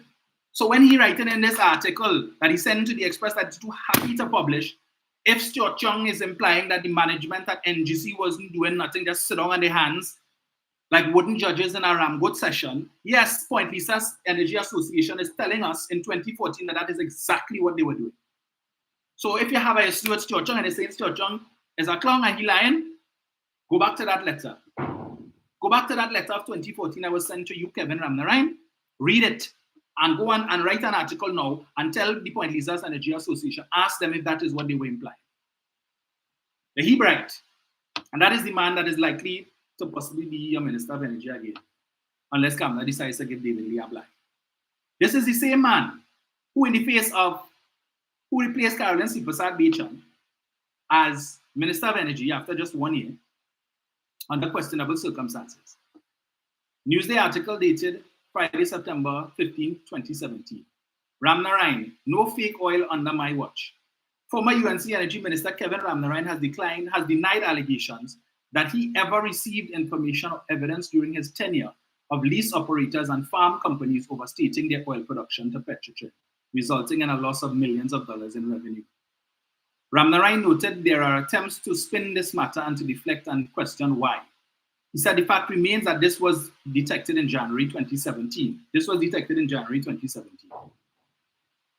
He wrote in a Facebook post in response to controversy in which Petrotrin is now embroiled as it relates to allegations of being billed for fake oil by AV Drilling Workover Limited to the tune of almost 100 million. In a telephone interview, Ramnarine said he has been in the industry for a long time and has heard talk about overinflating oil, but nothing like this was ever brought to his attention as minister. His predecessor, Carolyn Sipasad Bechan, quoted in the same article. However, another one of the UNC's former energy minister, Carolyn Sipasad Bechan, is on record as saying that the overstatement of fiscalized crude oil production by lease operators to Petrotrin is a recurring problem. She said various audit reports over the years have pointed to the fact, and in 2010, her ministry engaged Petrotrin in discussions with a view to addressing this critical issue. So Sipasad Bechan, who was Minister of Energy for 1 year, saying, I saw audit reports that show that there were certain lease operators, plural, not one, lease operators, plural, who was saying that, is saying that the overstatement of fiscalized crude oil production by lease operators to Petrotrin is a recurring problem. She said various audit reports over the years have pointed to that fact. She was minister for 1 year. And she is saying she saw audit reports that pointed to that, to multiple operators. But he was minister for 4 years. 4. And he telling you, no, I never heard about that. I never see anything, nothing like that ever came to me. But Carolyn Sipasad Bechan is saying she saw several reports, audit reports on Petrotrin over a number of years. She met with the board of Petrotrin to discuss the matter, to come up, to bring about some kind of solution. And after 1 year, she get her throat bust. People say it's probably because it had to do with the $40 million contract that was given to NP, and her position on that and so on. Some say it's probably because of the Ghana gas deal, which Trinidad and Tobago was supposed to work with Ghana to provide technical support and whatnot with respect to their energy. We don't know what happened to that Ghana gas deal. I probably had to talk to my partner. You give me a little more information on that. But for 1 year, she was in office. She knew about it. She saw reports. She was so concerned about it, right? In 2010, 2011, she was so concerned that she called a meeting of the board of Petrotrin. She didn't call a meeting of the management, the board of Petrotrin, which probably included some managers as well, to discuss the issue and to treat with it. But he who was there for 4 years, I never seen nothing like that. I don't know nothing. Nobody never tell me nothing. I wasn't even aware this was taking place. So apparently, what, you weren't reading the audit reports, Kevin? You did not apprise yourself of what was happening at Petrotrin when you replaced Carolyn Superstar Beach and Kevin? For how it is she see it, Kevin, and you didn't see it. So is either Carolyn lying or you lying, Kevin? Somebody lying. And I'm more inclined to believe Carolyn, Kevin. Because there's hardcore evidence that could be found. It's just to go and pull the audit reports from Petrotrin, look through it and see what Carolyn was talking about. But it was never brought to your attention. So after Petrotrin, the board met with Carolyn Superstar Beach. This is something that would have taken a little time to address. The board never come back to you and tell you, well, you know, we had a meeting with with the former minister on this matter, and this is where we are at. There was no reporting. I wonder why. I wonder why. Maybe it's for the same reason when it is after the AV drilling matter. Remember another issue came up with a contractor who had a contract with Petrotrin to transport diesel, and it was found that he had some hidden compartments under his tank wagons, and for years had been stealing millions and millions of dollars in diesel. And I think the estimate that they came up with, because they said this was happening over 17 years, the estimate that they came up with was something in the vicinity of about over $400 million in diesel may have been stolen through that enterprise. And after Kamala Prasad-Bissessar and the UNC make a whole hullabaloo about the AV drilling 100 million, when that matter came up, yeah, I'm always amazed. She came on the platform at a Monday night for, I remember what she said? She said, I'll never forget that. First it was fake oil, and now we have fake diesel. So I see another matter has come up with some contractor and fake diesel. And that was all Kamala Prasad-Bissessar ever said with respect to that matter, with that contractor, when evidence was shown, I saw, and he was subsequently dismissed, where the hidden compartments under the tank wagons. She never talked about that. She went on to talk about AV drilling and AV drilling after that for months. But this issue, so AV was 100 million. Fake oil was 400 million. But as I always say with them, less is more. So we want to focus on the 100 million. We don't want to get back the 400. We want to focus on the 100. We want back that. But the 400 million with the diesel, we don't want back that. We're not talking about that. That was the only mention she ever made. Well, at first it was fake oil, and now I see we have fake diesel. So another issue has come up with that. She didn't see the need to go and it was reported that this had been happening over 17 years. So for the entirety of her administration, this thing had been happening. She wasn't concerned about taxpayers' money. She wasn't concerned to get to the bottom of that. She wasn't concerned. You know why? Because to do that would show up well in there are certain deficiencies at Petrotrin that need to be addressed. But no, we need to keep the spotlight and the focus on AV drilling, because the owner of AV drilling is Rowley friend, like Rowley partner. But the other contractor, there's no link between him and the PLM. Or maybe he linked to the UNC. So we don't want to talk about him. We don't want to shine the spotlight there. Right? So just focus on AV drilling. These are the people who telling you put us back in office. Put us back in office, yes. And we will do a very good job. The turn a blind eye crew. That's what they do very well, turn a blind eye. Right? So the goodly misleader of the opposition. All over the place. You see she plays all over these days. She's making more and more frequent appearances in the parliament. But with respect to what they have to offer you for 2025, as I said, I will go back and reinterrogate the manifesto, right? But just remember, the turn a blind eye crew. This is the leader of the turn a blind eye crew. This is the same lady. Let us never forget when she got the letter from Eleanor Donaldson Honeywell expressing concerns about certain goings on in the office of the Attorney General with respect to Prison Gate, right? The record pace with which claims brought against the state by prisoners for being beaten and so on was being settled. In some cases, it wasn't even being appealed, right? Prisoner make a claim, they go to court, right? The court find in favor of the prisoner, make an award, send it to the office of the Attorney General, pay it. They say, well, okay, let's try and appeal this. No, go ahead and pay it. It's only when they find it was too small, as in the case of Merrick Guillaume. You remember him? That's the man that a certain attorney, one of Mr. Ramlogan's favorite attorneys, was representing. The man dead. 2 years he dead, and the lawyer don't know. Within that 2 years while he dead, judgment handed down, judgment appeal, but the man dead. But authorization to appeal has his signature on it. So apparently, they master, they are very good with the cemetery, right? So they went the same necromancy that they perform in the political cemetery, and they bring the dead back to life, as in the case of Anil Roberts and those folks who should still be 40 feet under, right? So they probably went to that other cemetery and they did the thing, and they bring Mr. Guillaume back to life, and he signed the form authorizing his attorney to go ahead and appeal. You see how things, anyway. Here we are, 2024. Since 2014, we were told, October 2014, I always mention that. ACP Dinoon, I'm assuming, I can't remember, I think that was his rank at the time, who was at the investigation, told us the investigation is also closed, and all we have left to do is to interrogate or to question two attorneys, Varun Debedine and Gerald Ramley. Right? We are now in 2024. What going on with Prison Gate? What going on with that? That investigation still ongoing? But you have people like Inshan Ishmael, who every Monday morning want to send freedom of information request to the office of the Commissioner of Police to find out this, that, the other, and the next. So I saw he won a case, I think it was last week or something, where the court awarded him some money that he said was owing to him outstanding for the contract, the work that he would have done on police vehicles while he had the contract, while GG was Commissioner of Police. Right? But we can talk about that on another day. But nobody's sending a freedom of information request to ask the commissioner what's going on with Prison Gate. What's going on with that? Remember, in the lead up to the 20 election, Gary said all gates will be closed before the general election.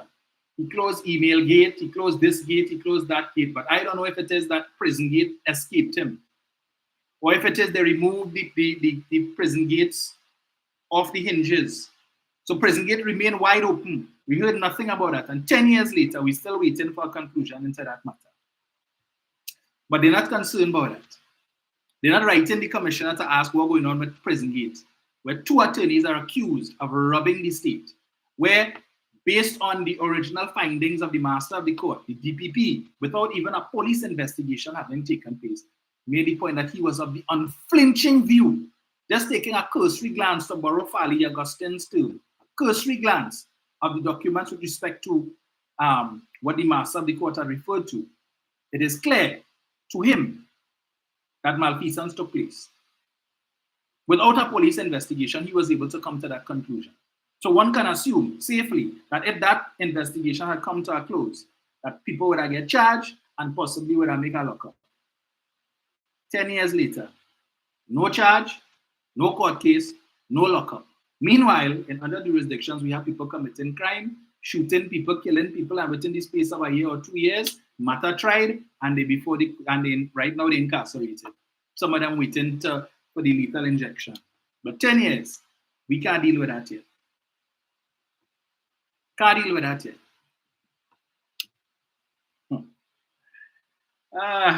I tell you, never a dull moment in sweet TNT. One more thing I wanted to touch on before I open the line. Let me just read this quickly. I wanted to touch on Ralph Maraj, but I will leave Ralph for another day. Ralph and his folly in his article yesterday. So, let me just read this quickly. Who is it?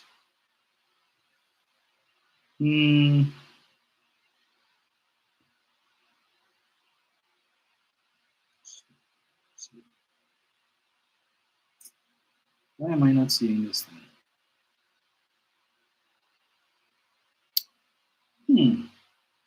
Right. I just wanted to read this quickly. Data from 73 million AT&T accounts leaked to the dark web, company says. This is an article from the 30th of March. Information from 73 million current and former AT&T accounts appears to have been leaked onto the dark web. The communications company said yesterday the data set was released about 2 weeks ago onto the dark web, which can be used for illegal activity by anonymous criminals. It may have included information such as social security numbers, phone numbers, email addresses, full names, date of birth, mailing addresses, according to AT&T's note to customers. The company said it reset the passcodes of 7.6 million current customers. The company said it is investigating with the help of inside and outside cybersecurity experts and has not determined yet if the data came from AT&T or one of its vendors. Currently, AT&T does not have evidence of unauthorized access to its systems, resulting in exfiltration of the data set. The data appears to be from 2019 or earlier and contains information from 7.6 million current AT&T account holders and some 65.4 million former account holders of AT&T. Company said it was notifying customers whose data was leaked and would pay for credit monitoring when applicable. 73 million. But here, TSTT had a cyber attack. Fire the board, fire the management, fire the minister. They want to fire everybody. Fire, that's all. Just fire from that's their first response. No investigation, just fire everybody. Fire from a side. You hear nobody calling for no firing here.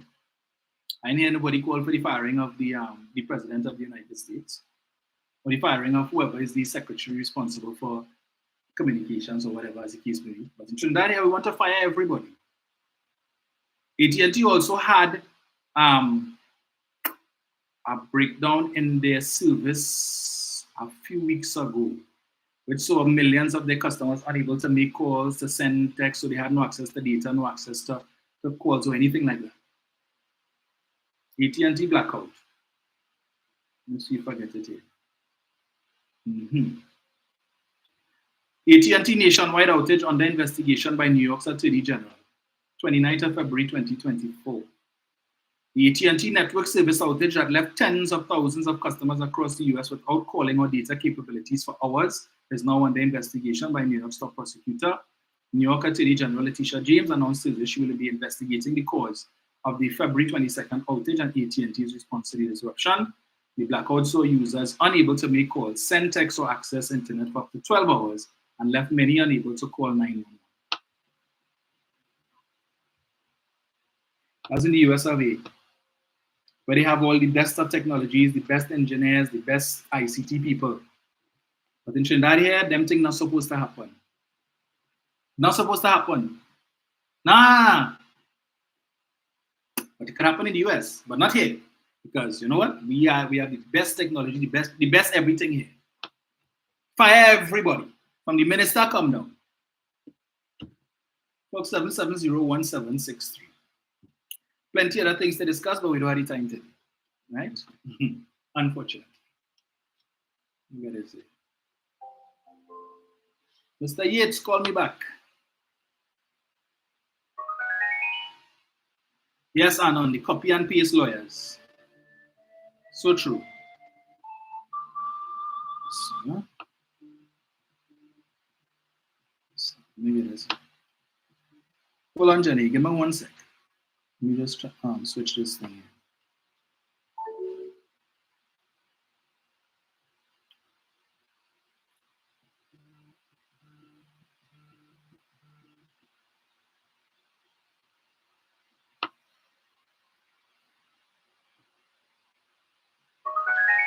Right. Jenny.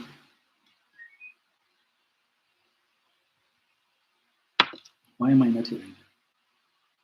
Hello? Hi, Dominic. Hey, Jenny. Oh, you sound like you're underwater, so You find so? these phone lines, these phone lines, you sound as if you're underwater. Oh, nah, I don't know what's going on. Good morning to you and happy Easter Monday. It's ironic that we have a public holiday that moved from 1 month to the next. Because today is the 1st April, on Fool's Day, and we celebrating Easter on April. So we moved from March to April on holiday. That's how we just have real holidays. Yes. Happy Easter to all those who are tuning and locked on to access stubborn things. Dominic, you know what what it is the People's National Movement has on its side. It has credibility. It has a foundation. It has a track record. And because of that, everything the UNC throws its way, once the PLM is able to manage that properly, people will understand and see how it does lie. To me, Kevin Ramnarine has been insipid, weak, and seems not even understand his role when he was the Minister of Energy. And now he pokes his head out when they ask him to appear as if he understands what's happening in the energy sector, and apparently does not. When you look at his performance, that of Minister Stuart Young, or even Mr. Deceased Franklin Pan's track record and their experience and all that, Kevin Ramnarine come up really short. And I congratulate Minister Young, again working under the astute leadership of Dr. T. Christopher Rowley and the strides that they would have made in the energy sector. And in fact, to be able to negotiate with those gas companies where hubs and they have gas selling at, I think, $1 US, and able to negotiate with these companies that they sell it instead of $3 US or something like that, where we could all benefit. That speaks of the intelligence and the genius of Dr. K. Christopher Rowley and Minister Young in handling these big companies and going back to them and renegotiating contracts.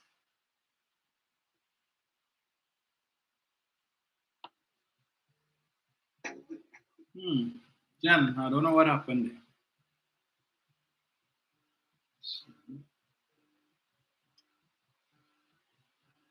What happened there, Jenny? Take this one.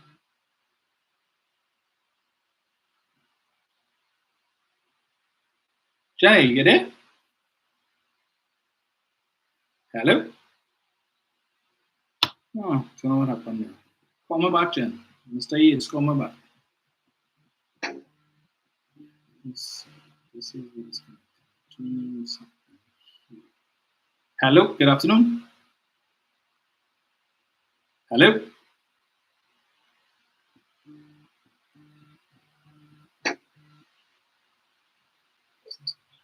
Jenny? Yeah, Tom, like I know what happened there at all. Yeah, I know what happened. Yeah, but just to continue quickly, when Kamala Prasad Bissessan, they would have left contracts open with these companies that said that they don't have to pay us until 2024. Yes. That is the situation Dr. Rowley would have met, and he would have flown out to those oil giants. We negotiated those contracts, and we are benefiting from corporate taxes right now. And the property tax will come in good also, because all those things are all tied in. So we don't just get corporate tax. You'll also be able to get property tax on those companies who own properties in this country. Yeah? So I want to continue. What is going on this way?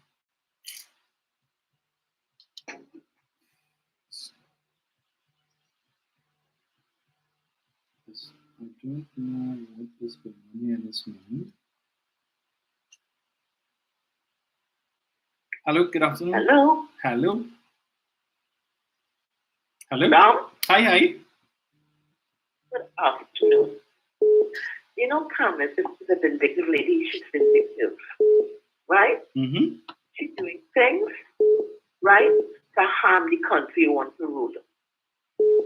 If you're doing something dumb, do it. If a contract went to end, then you have to go before the end date. Because there are proposals and counter proposals which will take up time. She is not a good leader. How could anybody in their right mind say she's a good leader? Good at what? Cannot be so narrow-minded. So myopic in your view of the nation. You're serious? I don't understand. I mean, stop, listen, think, take notes, revisit what you have heard, and do it again and again and again till you get the proper answer. Correct. She's not about nation. It's about building her brand. You know, they say to her brand. Yes. She wants to build a brand. Come here, your brand is? An eternal loser. Being inept, incompetent, and senile. Right? About the serious too. Right? With African clothes she have on. Are you serious? You use Oreo, black man, slave master, slave me, right? Yes. As a thing as black people. The same people you see as cockroach, as pest, as ignorant, as dotish. You wear the clothes, Kamala? You really want the clothes? If PM Romy did that, Facebook flood.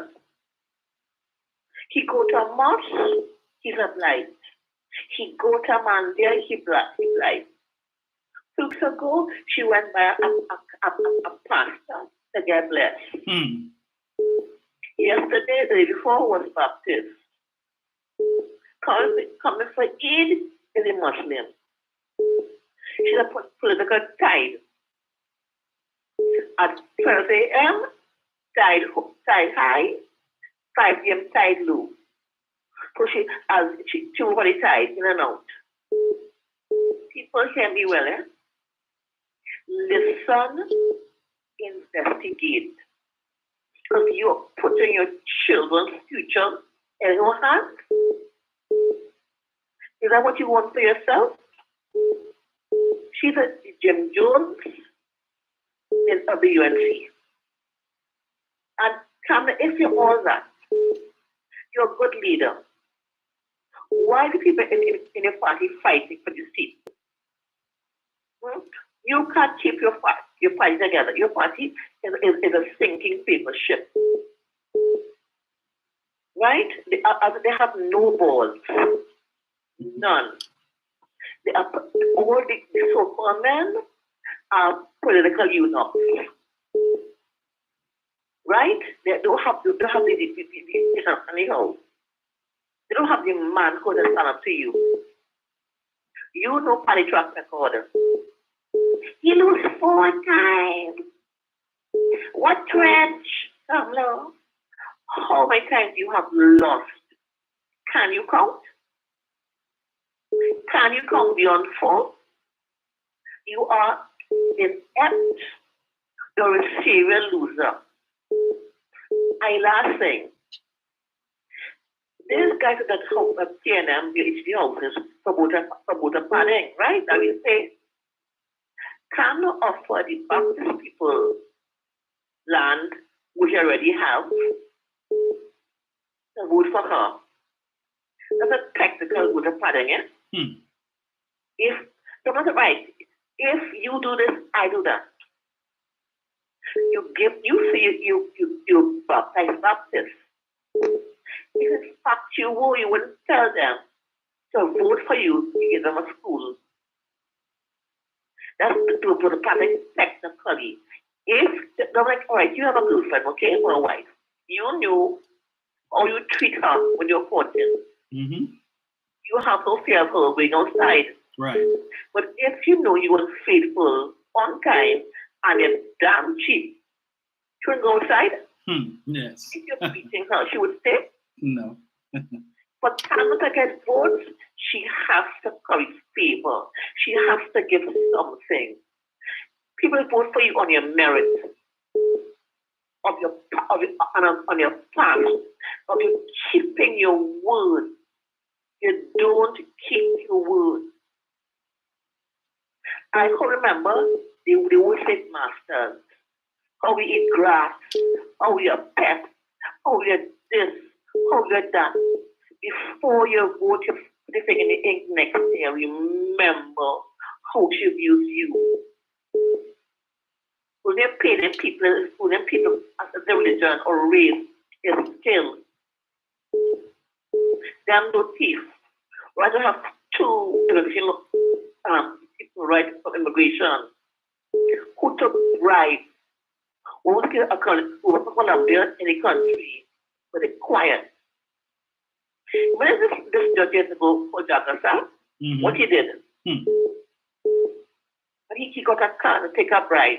You don't kill or sing with a mass murderer, but they don't kill. Would it ask the skill? Who was you sing Kamala? Who was the old shady? Who was the Agasa? Who was the lawyer in your party who kept their clients' money? Was this fraud wrong? Why are you afraid of the property tax? What do you have to hide? Kamala says you have no property under your name. I hope who lives under will take the land from your house from you. You can't go police, taking anything on the fraud. So have a good day and a good weekend. Be blessed. Bye-bye. You too. Thank you.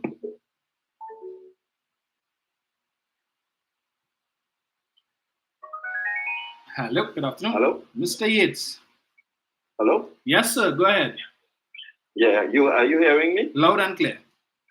Very good. I just want to make 2 quick points this afternoon. Because I know a lot of people would want to get in. One, over the last couple of days, we in this country have been witness to one of the biggest lies ever told to this country by the UNC through this woman who told Baptist people that they don't have a Baptist secondary school, and she will open the first Baptist secondary school for them. Mr. Romain, since 1962, there has been a Baptist secondary school in Maruga, whose name was given to them by 2 prominent Baptists. One with the surname Cohen, and the other one Hamilton. And that school was commissioned and open for students, Baptist students, but now for everybody in the Maruga area, called the Cohen Hamilton Secondary School.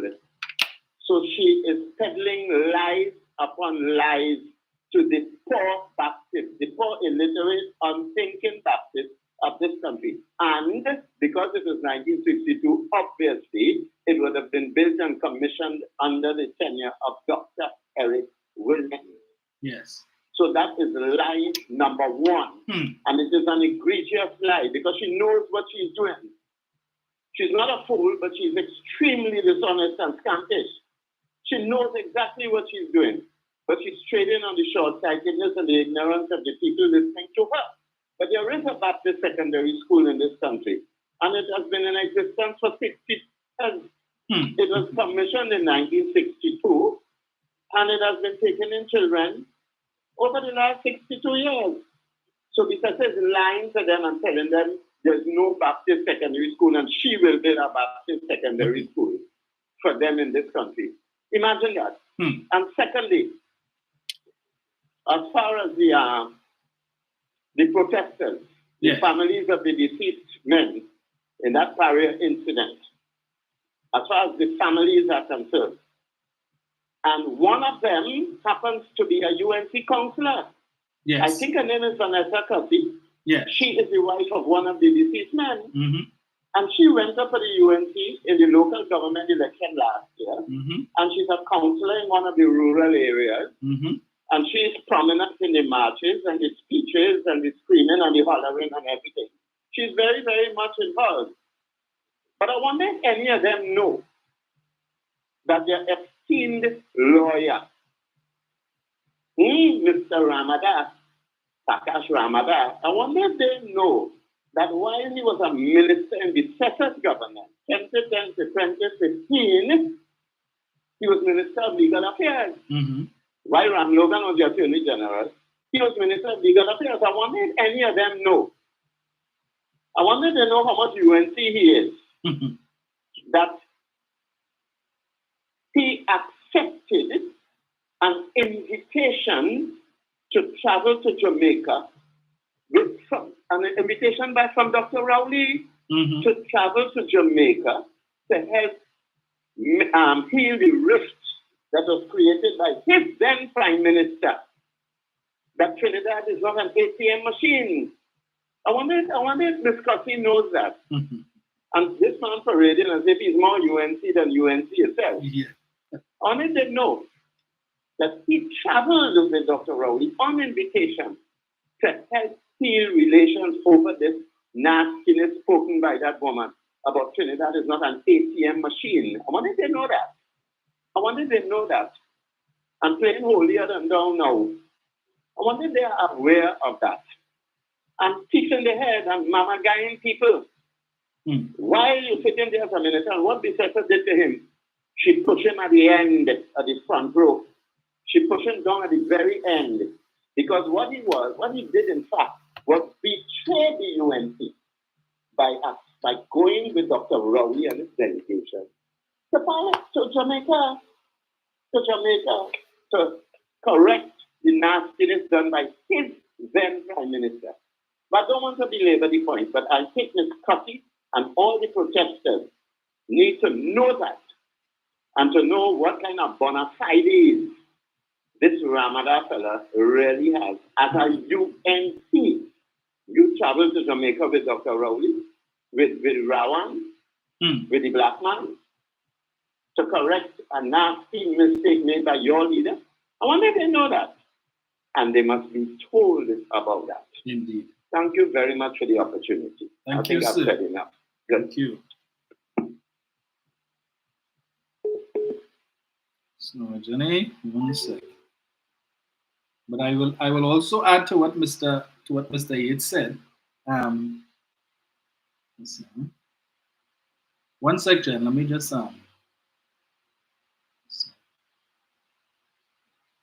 that while between 2017 to 2020, while the opposition UNC was maligning AV drilling in the parliament and outside about AV drilling and 100 million and fake oil, the attorney for AV drilling was Prakash Ramada.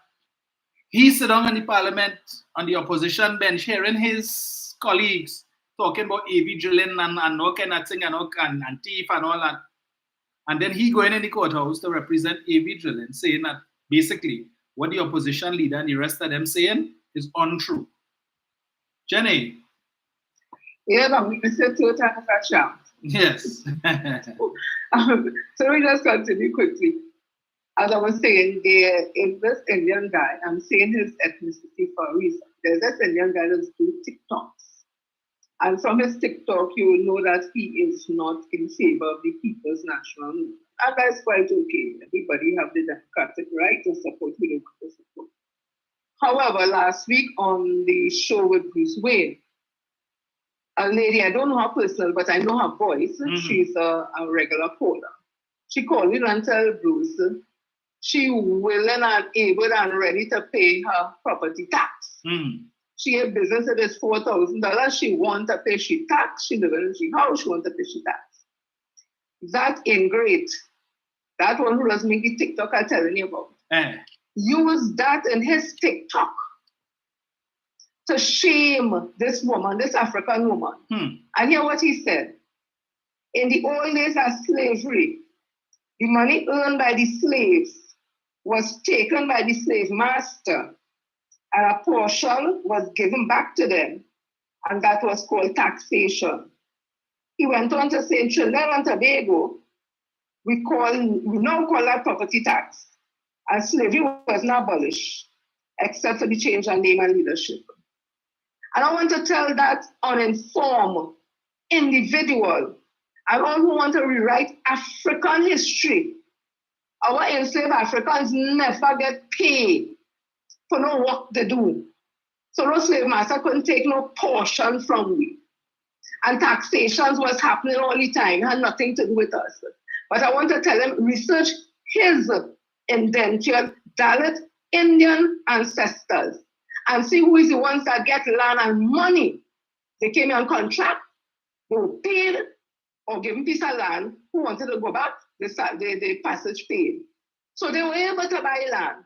So instead of being proud that an African woman could say today, under those circumstances, where we didn't earn no money, where we worked for free, we were the bottom of the totem pole, we were treated with disrespect and continue to be able to own she land. You want to ridicule her because she wants to pay she taxes. And Prakash Ramadan, all like them paying the taxes for the house in the white man land, not even the land they live in. But again, when Karima said from the bottom would have become the first attorney, not the first academic, the first attorney, and his family came out in a public way and celebrated. We have another Indian man stand up on his show and instead of praise this African youth who come from the communities all they like to call address and full of crime that he achieved, instead of trying to bring him and drag him. And you know what the conclusion I come to, Dominic? And we can't bury head in the sand. This is not racism, this is real talk. Because we are a business nation together, our anthem said it, every creed and race find their equal place. And we have to stand together to build this. But it seems to me that some of Indian descent in this country more comfortable with the African man, the African youth, the African woman, the African girl in crime, in drugs, fatherless children, and doing all the ill things in society. And they're very uncomfortable to see a successful story of a black girl, a black boy, a black woman, a black youth or a black man in this Trinidad and Tobago. And I say that is where the racism is. And that is what is being put on us. Because you can't tell me we must feel shame because we want to pay for we land that we own to help in the development of this country, as in taxes. And all over the world, people that pay taxes. Instead, they want to ridicule this woman and tell she was slavery. And I want to end by telling him, go research again. Because all of us want to make the face of crime African people. Let me drop some history for you.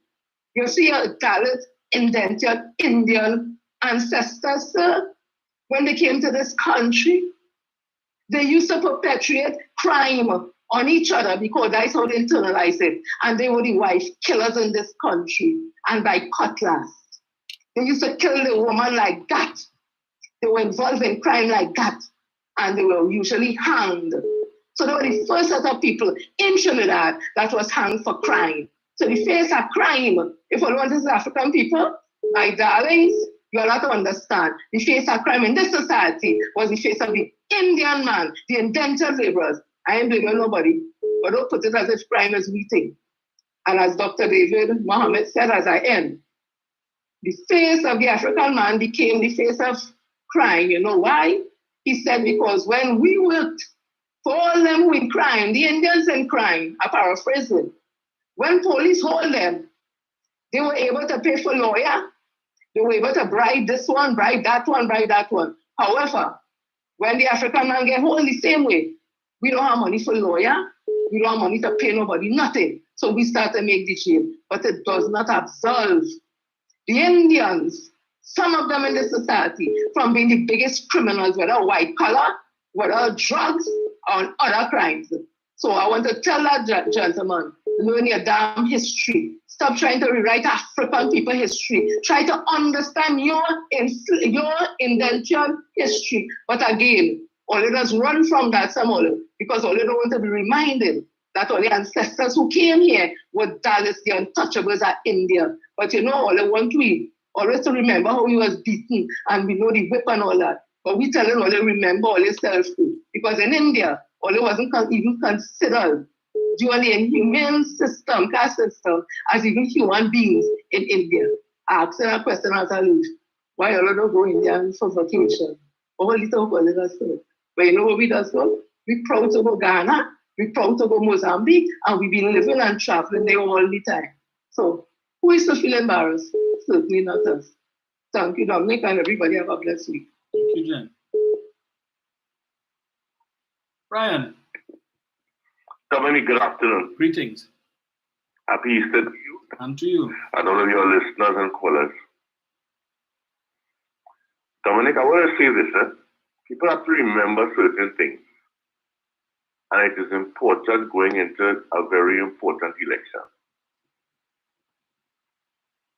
In 2015, 3 days after the election, the Minister of Finance was told he only has 3 days of money to run an entire nation of 1.4 million people. People have to remember, understand, and you know who told him that? The Governor General of the bank, the man who had to watch the money go up, watch the money go sideways, and watch the money go down. And he sat there and he watched that money go down for 3 days.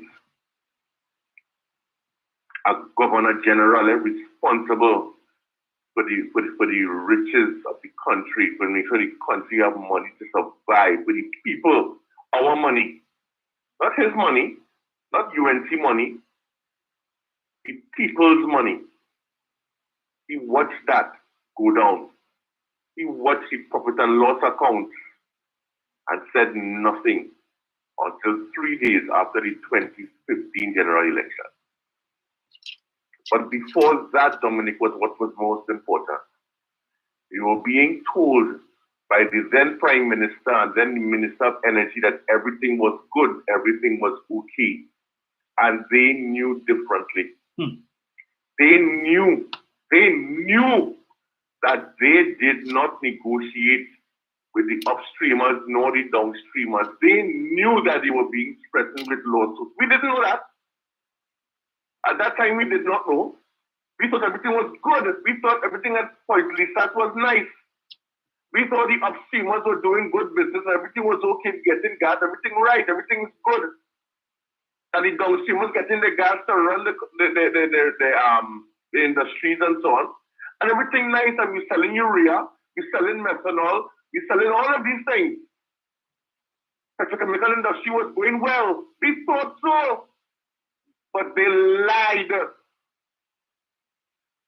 And they had us heading straight into the hands of the IMF. Only people understand what I'm telling them. These are the people only want to go and vote for again, to come back and say everything good and lie to us. Now that they know how the Gucci trail is and where to run, what do you think is going to happen by 2030? What do you think will happen? And I have to listen to these people talking about our money, our government, as though they have done absolutely nothing when Dr. Rowley had from day one, he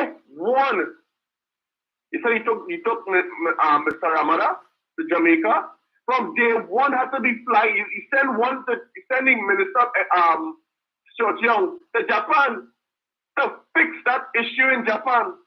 He flew to Jamaica to fix the issue in Jamaica, and then he had to fly around the world to the boardrooms of energy companies in order to fix the issue, to get back the billions that the UNC could not negotiate for us on our behalf, because they didn't have the experience, the knowledge, nor the know-how, and gave it away until 2024, 9 years. You would have been without any money, and the IMF would have been killing us. All of these subsidized issues that we have today would have been a non-issue. You'd rather be paying $700-800 to go to Bago. We'd rather be paying the kind of money that we paying for gas to fill your gas tank. This is where they were carrying us, and they would have been rich. You know they're rich. The desal plants every month for 24 years, $7 million. Every month, at third of the month, you have to pay that private entity, family, $7 million. That is what they arranged with our friends. They send that family to buy out the U.S. consortium, the U.S. partnership, and came back here and signed a deal that up to today cannot be broken. That we could be paying this family for the next 25 years $14 billion TT dollars. And only going to put them back? You think she ain't going to another 25 years with this same family? It is you can say, but oh God, only good until 2036, forget that, sir. No, sir. It'll be another $14 billion. And we have to be careful who we vote for in 2025. I listened to Ms. Cuffy after I told you all when she went to talk to the Prime Minister that they're not going to talk about look for no condolence, they're looking for money. Ms. Cuffy talking about the board has to go. What does the board have to do with what happened in Paria?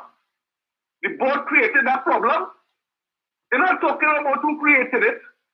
They're talking about who they want to pay and who must go. You are little P-Wap. I understand your stress. I empathize with you. But at the end of the day, you don't have no money. Everybody crying and oh, you don't have no money. But you're so poor. But you talking about carrying Paria to court. Will you get money to pay a lawyer? But because now you're a counselor, just so you're in politics, you're talking politics because Dr. Rowley emphasized with you all and wanted this thing to have a speedy ending. But you didn't care about that. You thought Dr. Rowley would have go there and say, hey, Paria, get him the $5 million and let me done this thing. But you didn't get that. No. He told you that he could not step in there because he is not responsible for those things about process. But you wanted him to step in. You didn't care. You didn't go there to get no sympathy. You didn't go there to hear that kind of stuff. Or you wanted to hear, or you wanted to walk and say, well, baby, give me $5 million next week. That's all you went in there to hear. Nothing else. So you come out threatening Paria that you got carried into court. But you go ahead, lady. You go ahead. You go ahead and get rid of the board because you're so big. You're so large all of a sudden because you're a counselor. Come, let's give you a walk. And this is why we look with that ever here with the real reason they would look at hide it. The real reason why that Delta P was called. They will never talk about that. They will never, nobody will ever ask them in the interviews, have you been given any money by LMCS? Have you been given any workman's compensation? Up to now, we don't know. And if so, if even I am wrong and they have been given money, how much will they get? Tell us. Let us know when they get paid by LMCS as yet. After 2 years and change, how much money all you get from LMCS? Let us know. Because LMCS got over $50 million in work from Paria after the refinery was closed. That is that was 5 years after the incident. 50 million, and they were employed before that in Trintok and Petrotrin. So they are a multi-million dollar company. How much they pay all year so far? Tell us.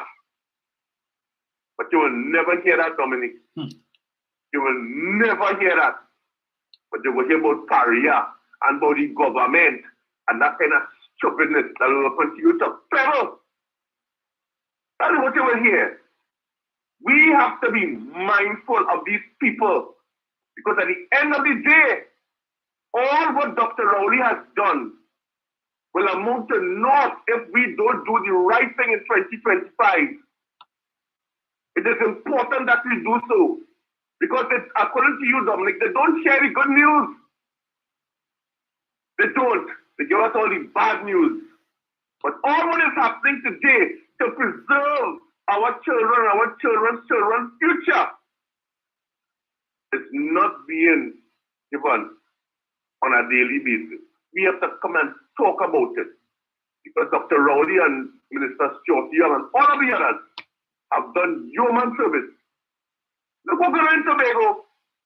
150 people going to England and they know where they're staying and they know how they're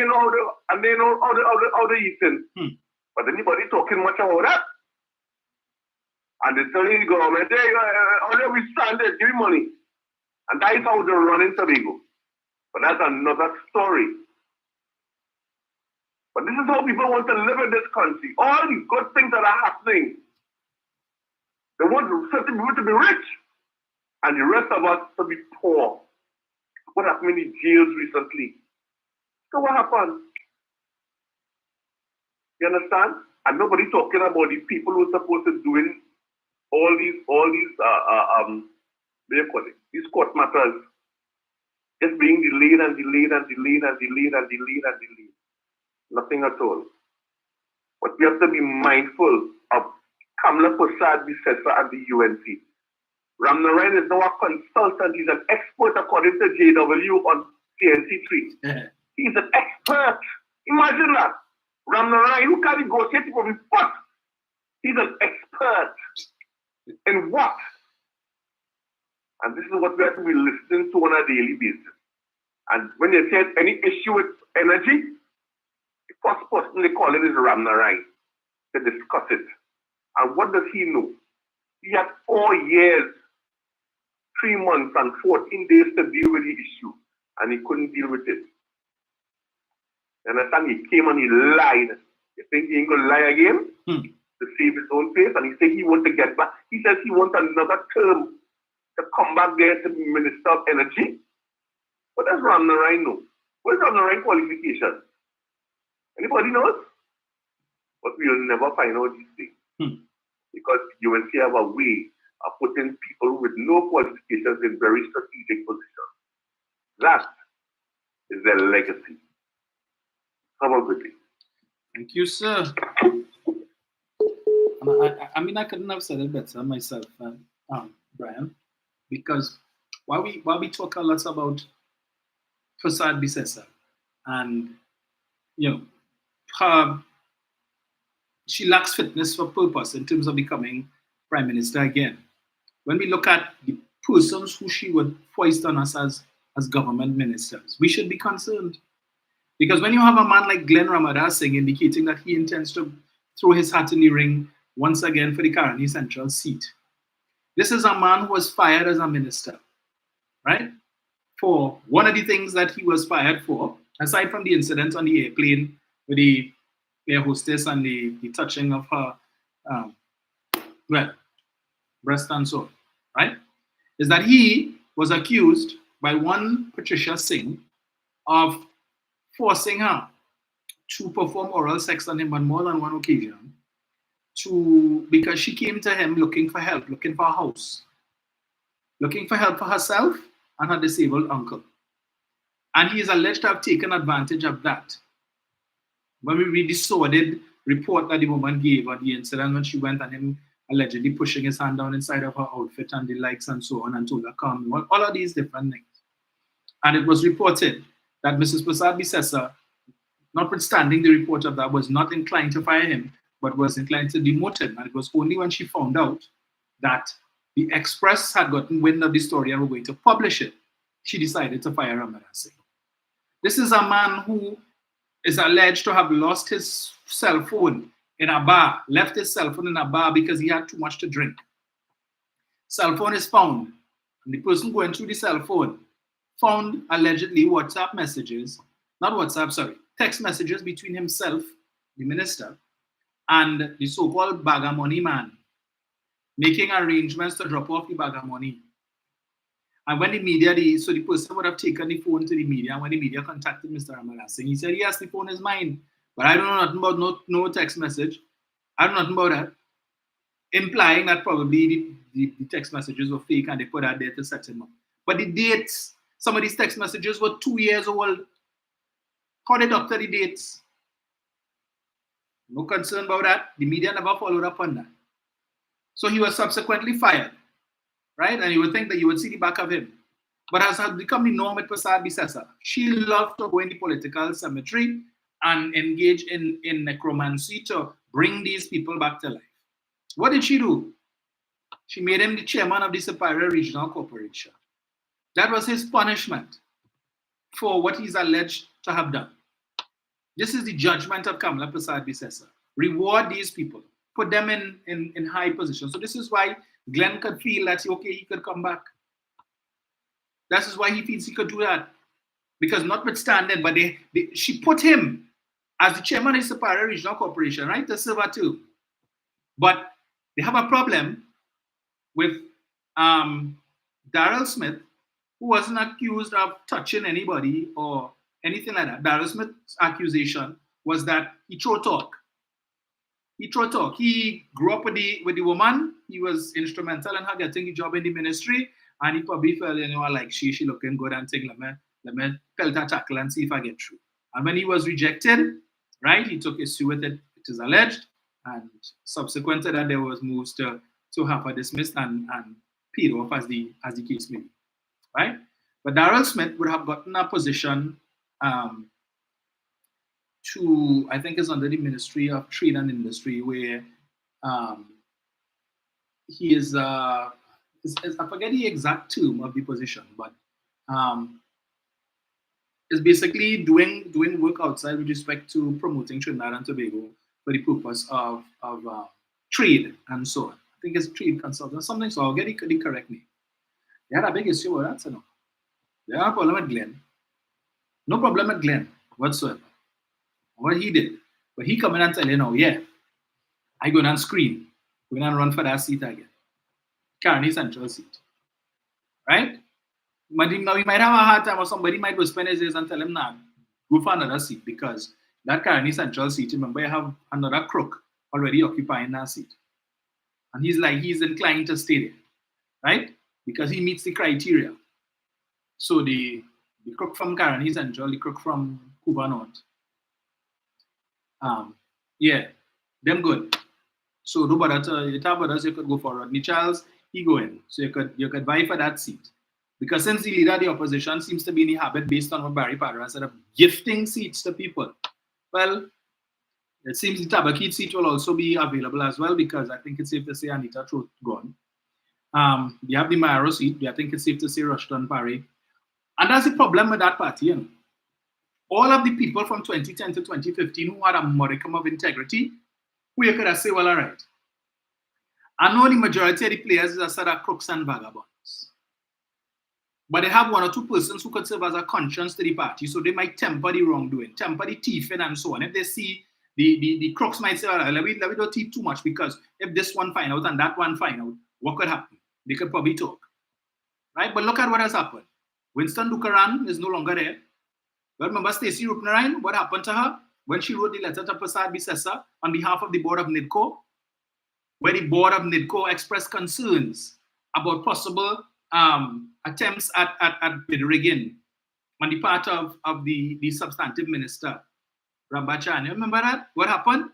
She sent the letter under private cover to Prasad Bisesa on behalf of the board. If she wanted Rambachan to know, she would have copied him. But she sent it under private cover to Prasad Bisesa. What did she do? She sent the letter to Suruj and demoted Stacey Rupnarain, removed her from the Ministry of Works and Transport, I think, and Infrastructure, and then put her back in sports, where she originally was. So she got demoted. They had a retreat in Tobago, and the next one I come back from retreat, Stacey Trout bus. So Rupnarain, who showed that she had some modicum of integrity, is no longer there. Caroline C. Prasad Beecher is no longer there. Fazal Karim, the late Fazal Karim, is no longer there. So when you look at the people, you could look to and say, well, these people you never hear the name call up and no wrong stand up. So we could hope that if they see wrongdoing, that they will come out and report it. The new team that they want to offer you in 2025 is totally devoid of that. There is nobody with any shred of integrity. And ask yourself, why is it that persons of integrity don't gravitate towards the UNC? Why? Why is it so difficult for them? But they want to go after Dr. Wayne Frederick, former president of Howard University, because you see some rumor going around that he might possibly offer himself as a candidate for the PNM. That is the caliber of persons that the PNM can attract. Not the UNC, they can't do that. Because persons of integrity don't want their names sullied in that bacchanal. So that party is tarnished from inception to now. From inception to now. So persons of caliber say, not me now. Forget that. And when they see persons of caliber with integrity gravitate towards the PNM, They quick to jump on the bandwagon and attack them and assail them and say they who gay, because that is what they said about Rishi Sukai. First thing, and Roberts want to say, I find him when the first day in the Senate and I watch him, I find he looking little. I find he look, so you watching the man up and down and watching him, and I have concerns about Roberts, but anyway, to each his own. But that is what they do. So, as I said, she is the leader of the Turn a Blind Eye crew. But Eleanor Donaldson, well, again, I always speak to that issue. Wrote the letter to Kamala based on concerns she had with the goings on in the Office of the Attorney General, potential wrongdoing, which was subsequently found to have existed.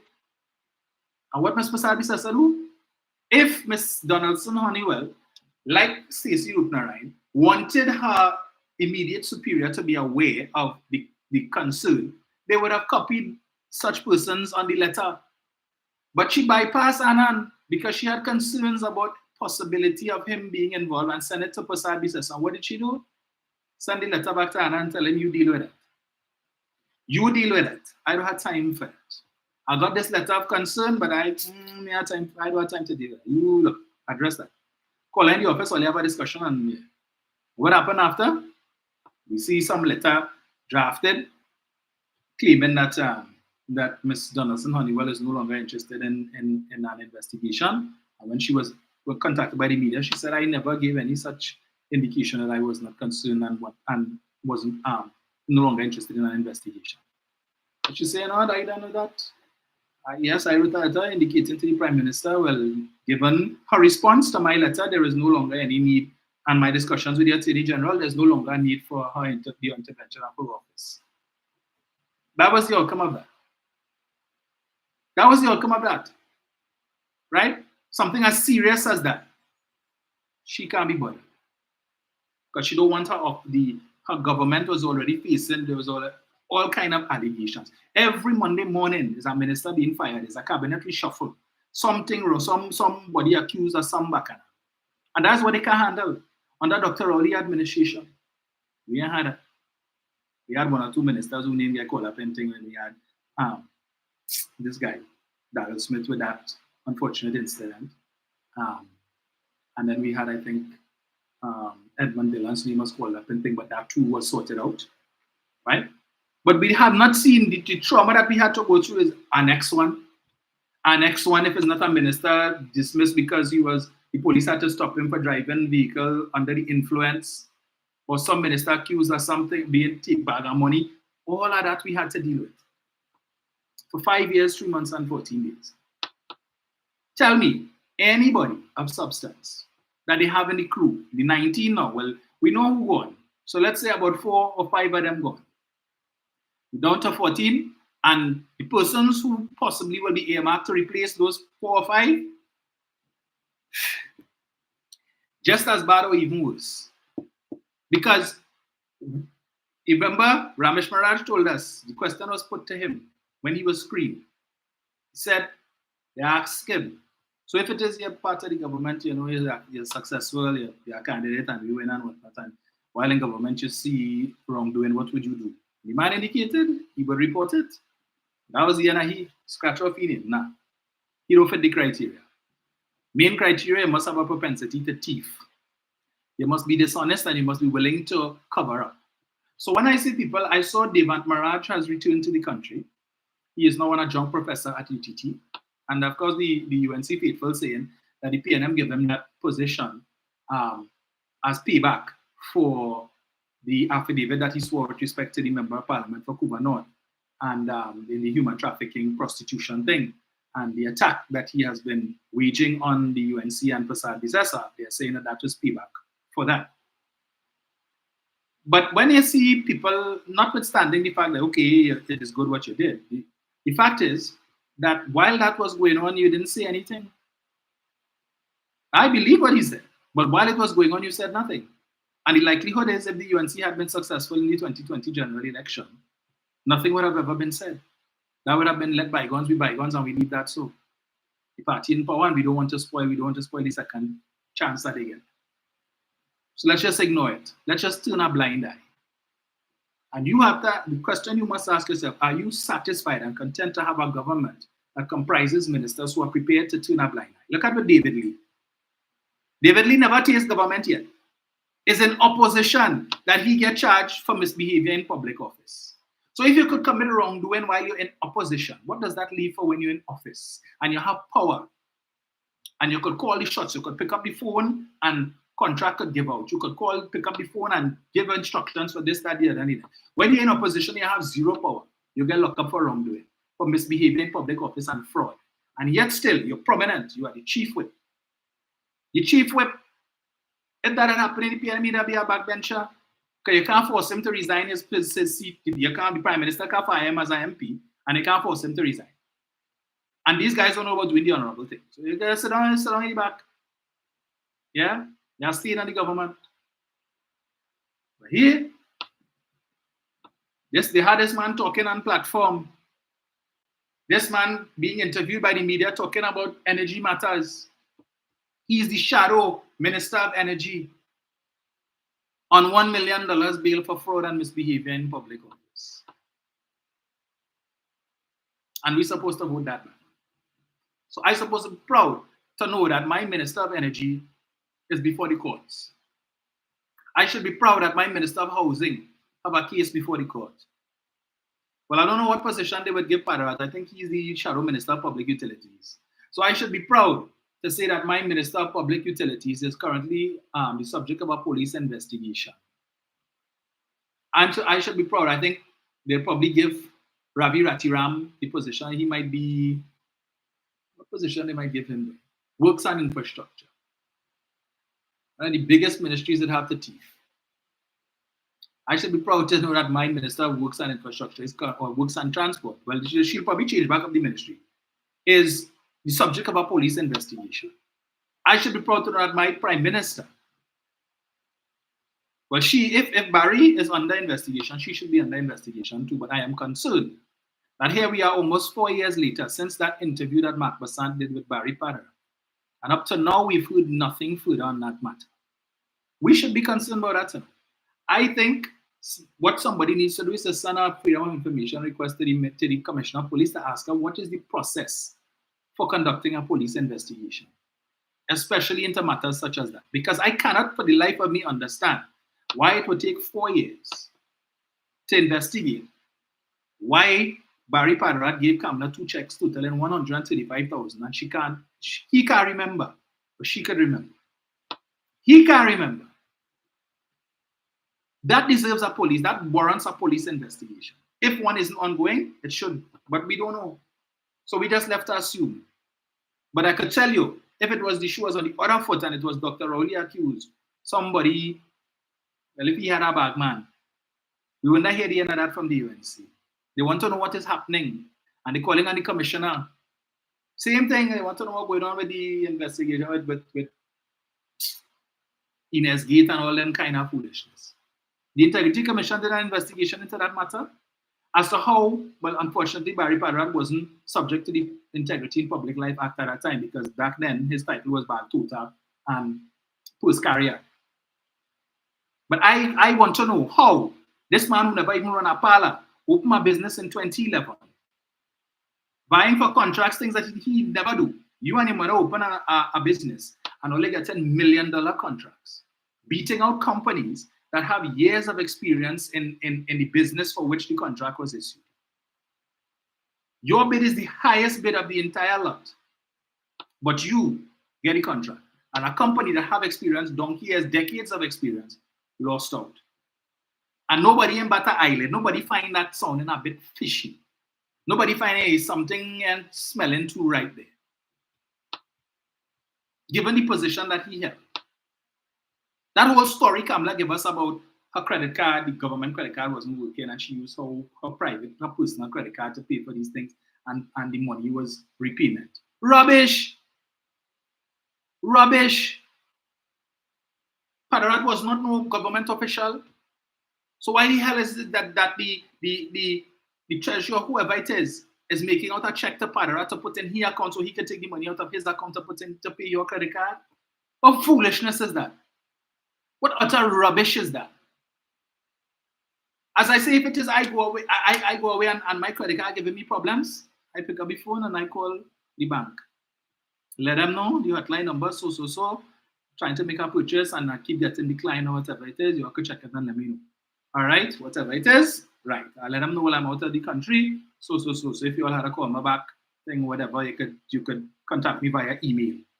And I get in a response within the same day. Problem fixed. I ain't no prime minister. I ain't no government minister or government official. So if the prime minister goes away and her official credit card issued by the state given problems, the prime minister, all you had to do is to call the ministry, call the permanent secretary and let them know, hey, the prime minister card bills have to pay and the card not working. Immediately call the head of the bank one time. You ain't calling no low-level functionary. This is the permanent secretary in the ministry of the office of the prime minister. Calling the head of the bank to let them know the prime minister's credit card is compromised or whatever problems, or they need to fix that ASAP. That didn't happen. You swipe your card for over $130-something thousand, and then when they come back, instead of they issue the check to you, they issue the check to Barry, so Barry could cash the check and then give you the money. And that making sense to the supporters of that party. But all they want to kill Camille Robinson Regis. Right? She just moved money from one account to the next, and we can't hear the end of that yet. But all they have no concern about that. And that story holding water for them. And today is really April Fools. Folks, it is 1:53.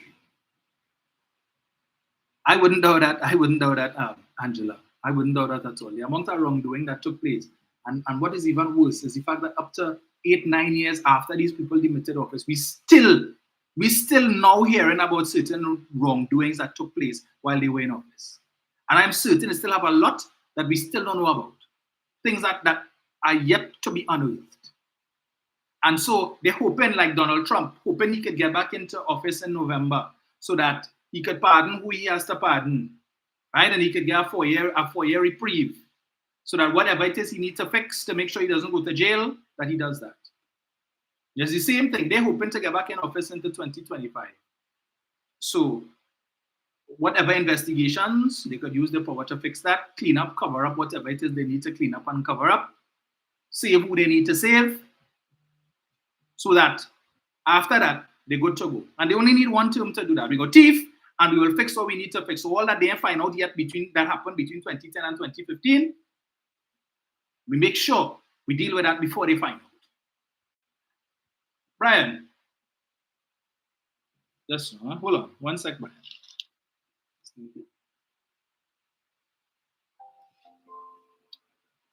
And that's what we need to be concerned about. Existing police investigations that might just end up in the wind. And we hear nothing further from it because nobody asking. Mark Bassant quick, he do 2 stories on Foster Cummins, on that issue with the credit union. You do an initial story and then you come and do a follow-up. You give us a newspaper article and a 4-part series, 4 nights on TV6. But you went and you did this interview with Barry Paria, and here we are 4 years later, no follow-up, no article, no series. So he just dropped that. He's not interested in that no more. But Foster Cummins, you're going all up in the man house to Marco to show it so people inside the house look, they're building a pool and you see this and that. But to delve deep into Paria and that issue, no follow-up. Brian. But Dominic, Jules Brown, editor, interview Foster Cummins twice. The second one was a sit-down interview. A sit-down. When has Jules Brown interviewed any UNC? But a sit-down interview, more than once, or even once, they discuss all these issues we keep talking about on a daily basis. Name one. But you'll never see Jules Brown sitting down with them to interview them, to ask them real hard questions. Yes. Even Paria, who always in the Prime Minister's face on issues that he know the answers to. Look, even up to us recently, asking us notice question, and the Prime Minister had to say, listen, that is not for me with respect to the same issue at Paria. You want me? I cannot intervene. The Prime Minister has to tell us they know better. But you know what hurts me? You know what hurts me the most, Dominic? Out of all of the issues we've been hearing for the last 8.5 years, you see that food card issue where you could renew your food card for $50,000 every day? Yes. That one hit me so hard. I said, wait now, $69 million every week just going just so? A lot of money? Is it a week or a month? I can't remember which one it is. But you can renew your phone card. You get a phone card and you can renew that phone card for $30,000 a day. Why would they make out that money? I want to ask the member for I think it's Shagona East. But answer it now. She's trying to make us an excuse and all kind of stupid and doted. How come nobody never interview her to ask her, well, why would you make out these type of food cards? $30,000. So you could go and spend $30,000 today and go back and get automatically renewed next day. $30,000. So if they can do that undercover and they forget about it, but what else we hear about? What else have we not heard about? Because that is $30,000 a day. So you put aside money so that people can rob the treasury with a card. What next? What next? Are people going to vote for that? Vote for them, put them back in office? And they come and a smile and a wink and a shake hands compared to Dr. Rowley, your face always straight. You want a smile, a wink and a shake hands? And you're happy with that? A sellout Kojo? That is what we want. That you see that food card, that frightened me a lot. I'm telling you, I'm being honest. Because that is thievery of the highest order. If that was, up to now, nobody has not challenged that on the other side. Up to today, I have not really heard any one of them come out in support of what's his name, the bikini member of parliament. Come out and support and say, hey, that is a lie. That is untruth. They never came out and made a public statement to defend that. The $789 million up to today. Where is Jules Brown to ask the member for Push East in a sit down? What happened to that money? How come there are no, according to KPMG, how come nobody went to interview KPMG about that? How come? How come nobody went to interview KPMG about the $180 million that NLCDs are back? Money. How come? They will never talk about these things. They will never interview people on the UNC side. But the Solar will come in twice to ask them questions. Because Dianne Randial gets information that he was supposed to get. But a document sitting on there that he's supposed to get from Stanley John to be read out. And up to the day, he can't get rid of. But I have to get through hands on people's private information. Master Stan, to get step hands on people's private information. Nobody is asking these questions. Nobody interviewing the pussycat for Poroputi. Nobody. Up to now, the $12 million house up in Bel Air, still unoccupied. Nobody asking them about that. Nobody. And how I know that? It's because I have friends who live very close to them. And they see the house every day. How come? This is what it says in Trinidad and Tobago. When you buy it, you like monopoly. You buy out everything. Every time your neighbor makes one step, hey, come. Fast thing. Have a good day. Thank you, Brian. Right. with that, folks, let me thank you all for joining me this afternoon for, yesterday, as I couldn't be helped. Fortunately, we had a holiday today, so we were able to facilitate. So, for all those of you still on, thank you so much. Denise Cummings, thank you. Dion Lewis, thank you so much. Angela, Marcel Figaro, Jacqueline Benjamin, all of you guys. Dion says, how do their minds think these low down, dishonest things? As I always say, they deserve a medal for the innovation in thieving. They came up with the most innovative ways to thieve. Things that you wouldn't even think about. I mean, I will never forget. I always talk about that with Wayne Chance, the late Wayne Chance. I used to love to listen to Mr. Chance.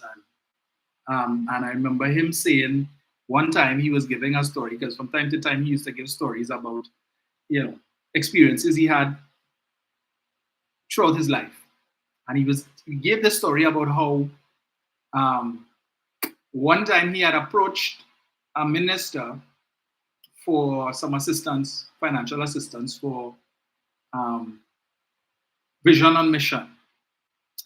And subsequent to that, he got a call telling him, asking if he have a Vision on Mission have a lawyer. And he said no. I think he said no or something. And he was told, well, here what? You have one now. So we're going to give you X amount of money, but you have to make out a check. You will get an invoice from this lawyer for legal fees for this, that, the other, and you will make out a check to the attorney for this amount, and you will put that it is for legal fees. And whoever had to get a cut will get a cut. So Vision on Mission will get a piece of money, but we had a kickback at a pay, and this is how it will be paid. You'll get the invoice from the lawyer. You will see this lawyer representing you and whoever, because remember they're dealing with ex-convicts and the like, and make out the check. I mean, seriously, you had to hand it to them. They're real innovative, real innovative when coming up with ways to thief. Who would think of doing something like that? But at every turn, they have people waiting in the wings who are willing to facilitate that type of dishonesty and corruption. That is why, as I said earlier, they cannot attract persons of caliber. So that is why when they were giving out positions, board positions, they had people, the false papers crew. People who didn't have the qualifications that are required, that are stipulated to serve on these boards. They didn't have it. So people went and doctored their CXC certificate and claiming that they have degree in this and they have degree in that and all kind of thing. All kind of falsifications. But just to listen to Rudal Munilal the other day when they were debating the names of two of the names of persons for the position of Deputy Commissioner of Police, talking about how they, we don't have the wherewithal as a parliament to scrutinize the CVs and to question the veracity of some of the claims made here. Unlike what obtains in the US when Congress meets and they grill them, we don't have that. You wasn't concerned about the veracity of claims on people's CVs when you all were putting the false papers crew on boards all over the place, on the industrial court, Tech, all over, high-profile boards, the false papers crew. You feel like going and change if they come back into office in 2025? They have a set of crooks. They probably have the false papers mill, like they had the contract mill in EFCL, backdating contracts so they could thief even after they came out of office. They probably have it waiting there. What you need? You need a degree in what? Engineering? No problem. Which university? Don't worry, we had the list. You have a whole lot, everything. You get. What you need a degree in? What you need a degree in? Collect it tomorrow. Collect it tomorrow. Collect it next week. Yeah, because they're appointing boards by next week. So all of these things that you need. Yes, Paul reminded me, revolving the vagrants. Taking people off the street. You pay a contractor big money to take these people off the street, put them in a facility, and then 3-4 weeks later, you take them out and put them back on the street again. And it's a revolving door, recycling these vagrants. And they pay more money to do this thing. Like, told us, Barrington Skippy Thomas, who was in the belly of the beast. Barrington Skippy Thomas was in the belly of the beast, told us these things. But then you have got Christopher want to come and talk about brotherhood or wrongdoers in the PNM. Look, rock so, yes? All of them could rock so with that stupidness. Let me take this last one. Mario is saying, can I do a live comparing 2020 vision and 2030 about the PNM policy for developing Trinidad? And also, right, why the PNMPR has not issued a short pictogram of the history of the late Dr. Eric Williams on the anniversary of his death. The younger generation had improper information. So true.